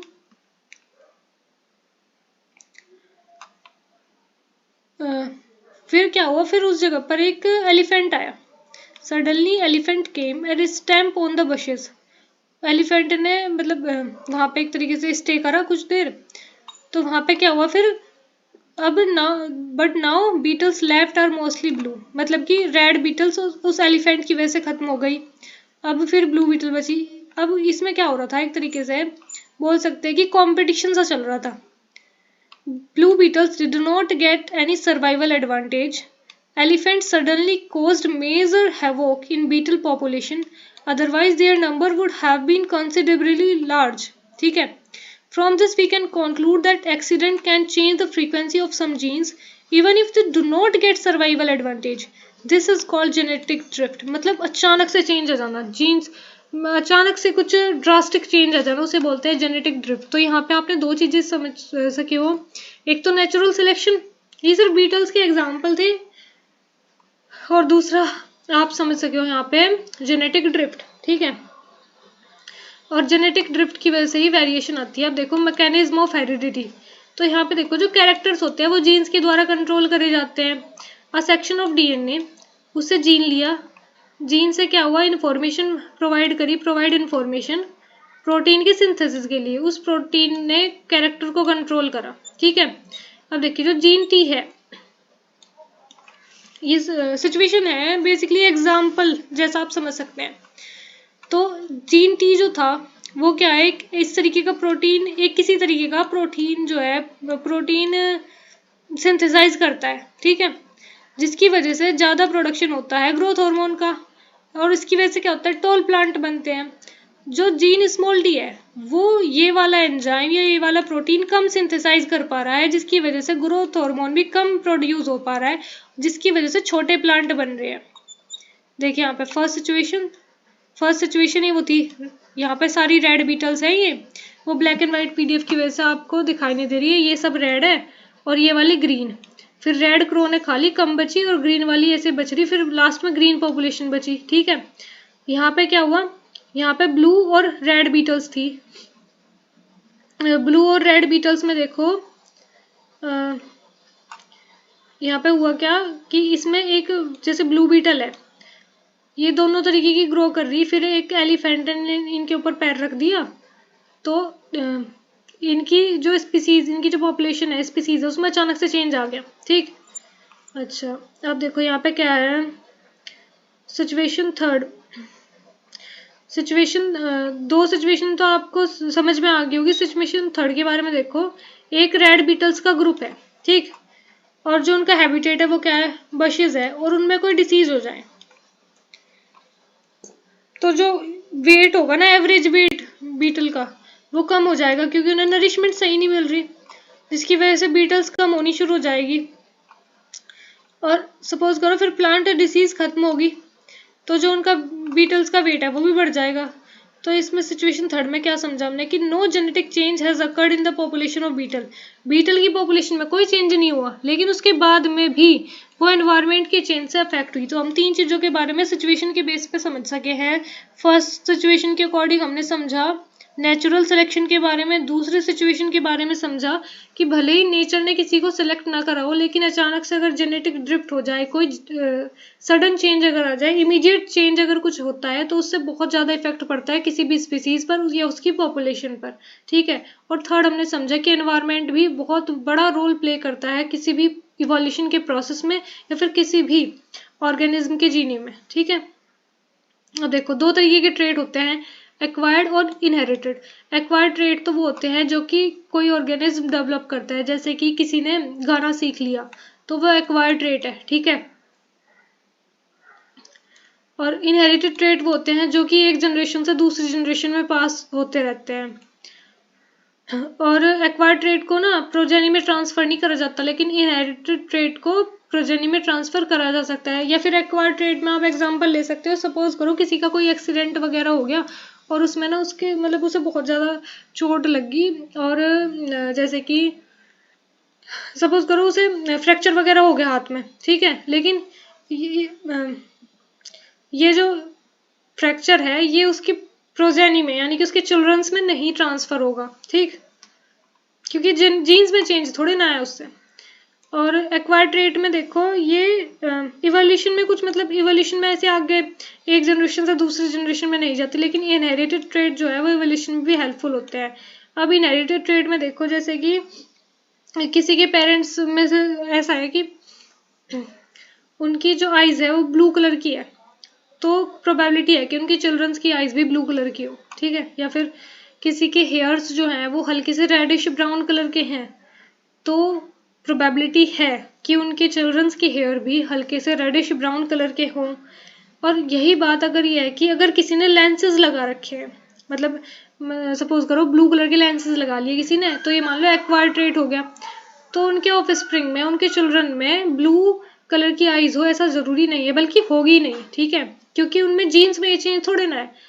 Suppose करो किसी ने अपने बालों को कलर करा रखा, तो ऐसा थोड़ा ना होगा कि उनके बच्चों में उनके मतलब सपोज करो किसी ने अपने बालों को ब्लू कलर का करा रखा, तो उनके बच्चों के बाल ब्लू कलर के थोड़े ना होंगे, ऐसा थोड़े ना होता है। तो ये एक्वायर्ड ट्रेट हो गया, ये इनहेरिटेड ट्रेट हो गया। अब मैंने काफ़ी अच्छे अच्छे एग्जाम्पल आपको दे दिए होंगे, तो शायद आपको समझ में आ गया होगा ये, तो ठीक है। अब देखो नेक्स्ट है इसमें स्पेशिएशन। स्पेशिएशन में देखो एक तो होता है टर्म माइक्रो इवोल्यूशन। इसमें माइक्रो इवोल्यूशन का मतलब, माइक्रो का मतलब होता है बहुत छोटा, इवोल्यूशन का मतलब ऐसे जनरेशन टू जनरेशन जो चेंजेस आते जाते हैं। तो it is the evolution which is on a small scale, जैसे कि change in body colour of beetle. Colour में जो बीटल्स की बॉडी कलर है उसमें चेंज होना, इसे बोलते हैं माइक्रो इवोल्यूशन। सेकेंड है स्पेसिएशन। स्पेसिएशन क्या है, नई स्पीसीज का फॉर्मेशन होना। थर्ड है स्पीसीज। स्पीसीज एक ऐसा ग्रुप होता है इंडिविजुअल्स का किसी भी पॉपुलेशन में जो कि इंटरब्रीड कर सकते हैं और नए फर्टाइल है यहाँ पे, फर्टाइल ऑफ स्प्रिंग प्रोड्यूस कर सकते हैं। जीन फ्लो क्या होता है, it is the exchange of genetic material by interbreeding between population of same species और इंडिविजुअल। अब देखो स्पेसिएशन किस तरीके से हो सकता है, मतलब कि नई ऑर्गेनिज्म या फिर नई स्पीसीज किस तरीके से बन सकती है। अब इसमें देखो फर्स्ट है जीन फ्लो। जीन फ्लो कहाँ पे होता है, occur between population that are partly but not completely separated. Gene flow वहाँ पे होता है जो पॉपुलेशन आपस में मतलब थोड़ी दूर हो, लेकिन ऐसा नहीं कि बिल्कुल ही अलग हो, ठीक है, जिनमें बहुत ही मतलब वेरिएशन तो हो, लेकिन बिल्कुल ऐसा नहीं हो कि बिल्कुल अलग अलग स्पीसीज है।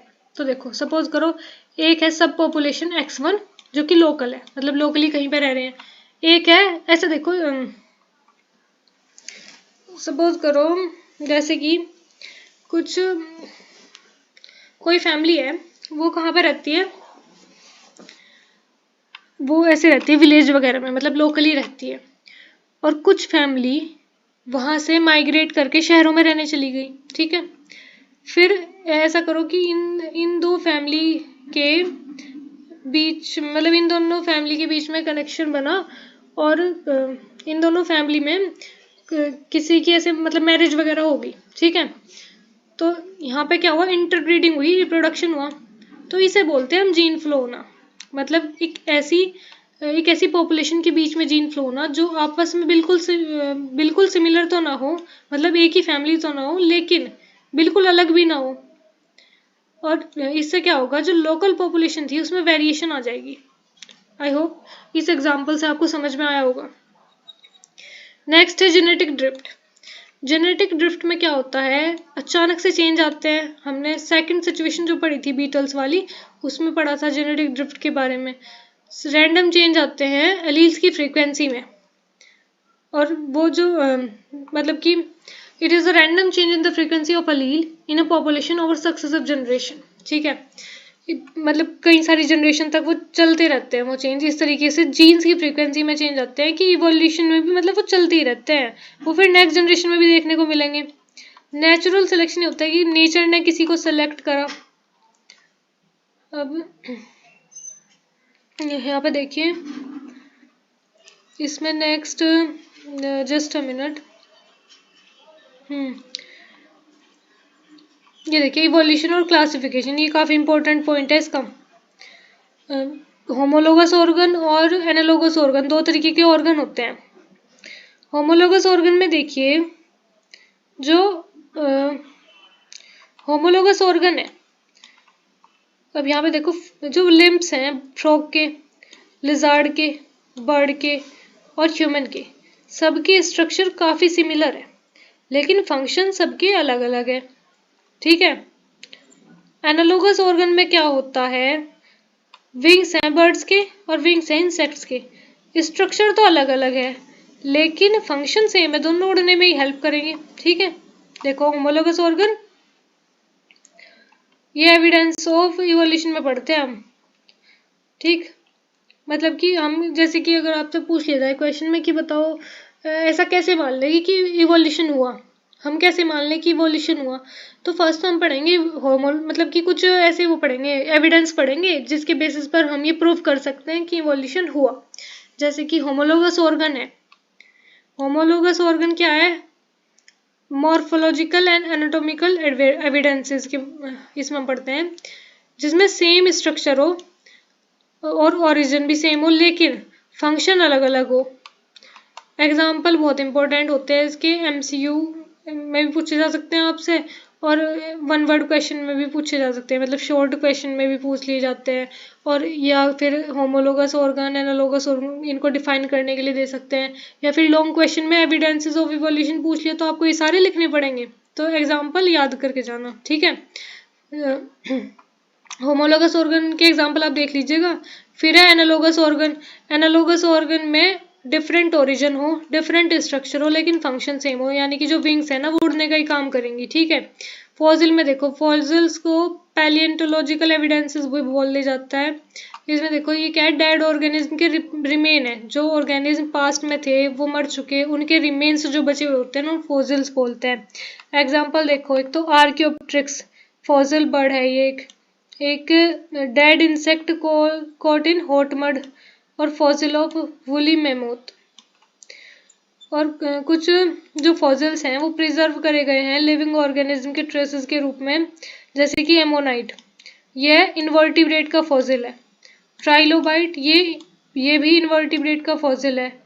नाइक्टिया ये फॉसिल है फिश का। एक है राजासोरस, ये फॉसिल है डायनासोर स्कल का।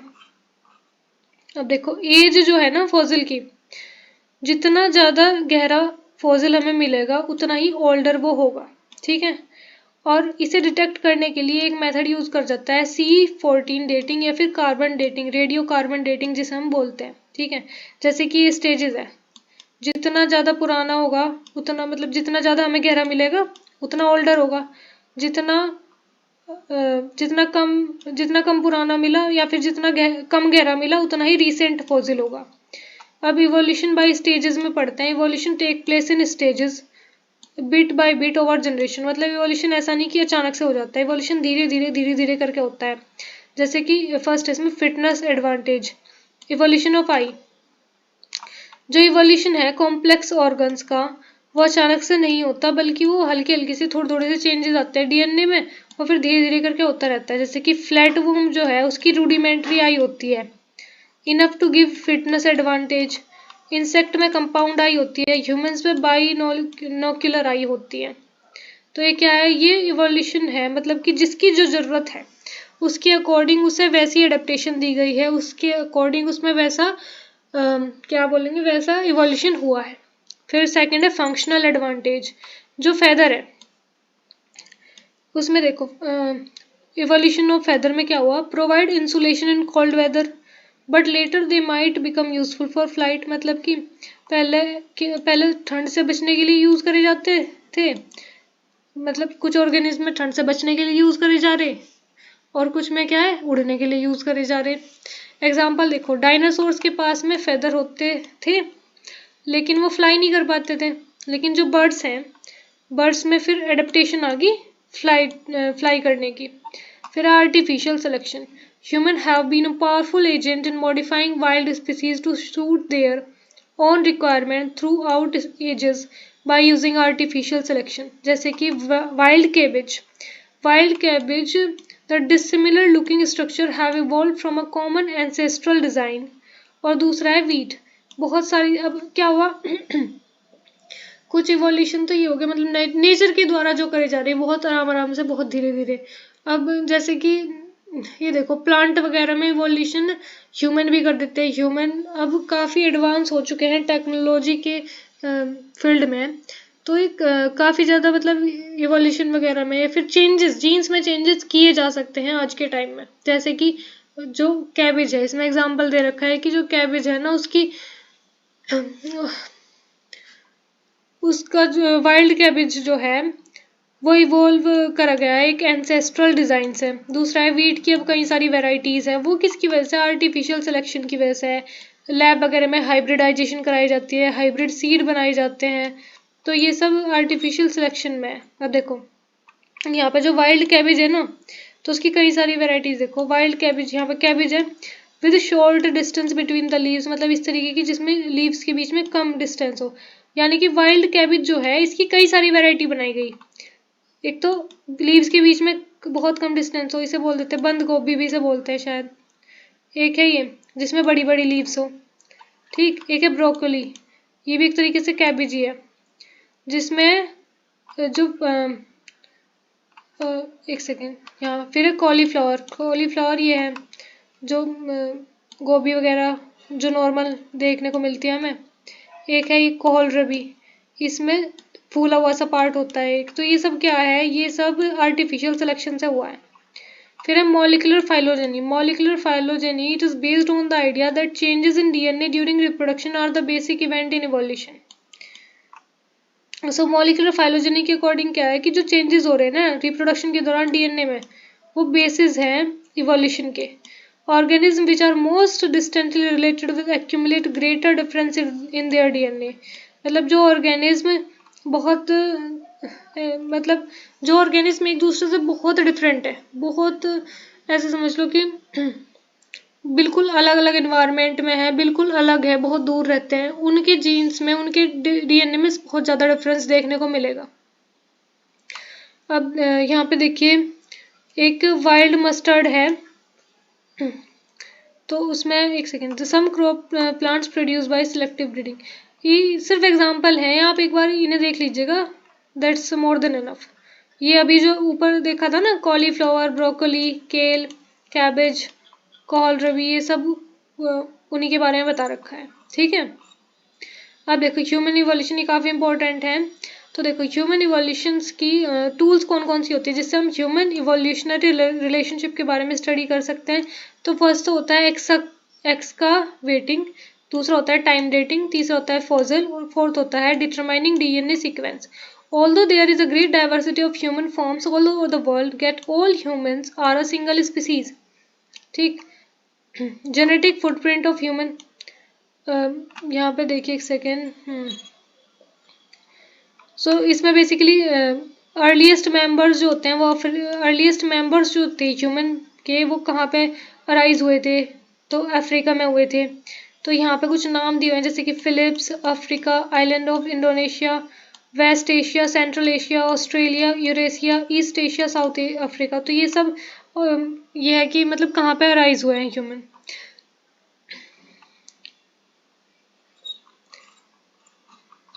तो यहाँ तक ये चैप्टर था, और इसमें जो मेन इंपॉर्टेंट पॉइंट थे वो हमने कवर कर लिए। अगर आपको इससे रिलेटेड कोई भी डाउट हो तो आप कमेंट सेक्शन में पूछ सकते हैं।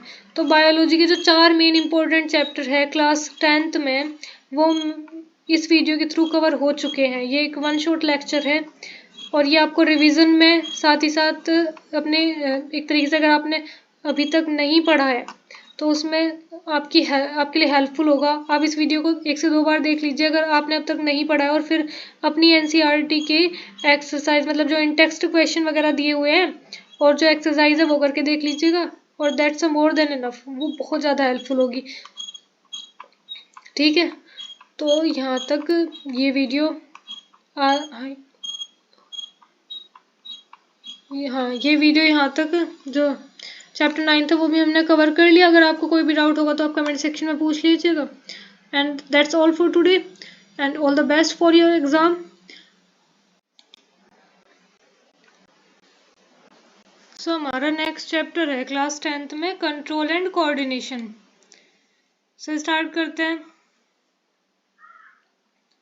तो देखिए इस चैप्टर में हमें पढ़ना है नर्वस सिस्टम और एंडोक्राइन सिस्टम के बारे में। मीन्स ये जो 2 सिस्टम्स होते हैं हमारी बॉडी में, ये एक तरीके से हमें कंट्रोल करने का काम करते हैं। सो जो लिविंग ऑर्गेनिज्म होते हैं, देखिए यहाँ पे living organism respond and react to various stimuli like heat, light, cold, touch, pressure etcetera. अब देखिए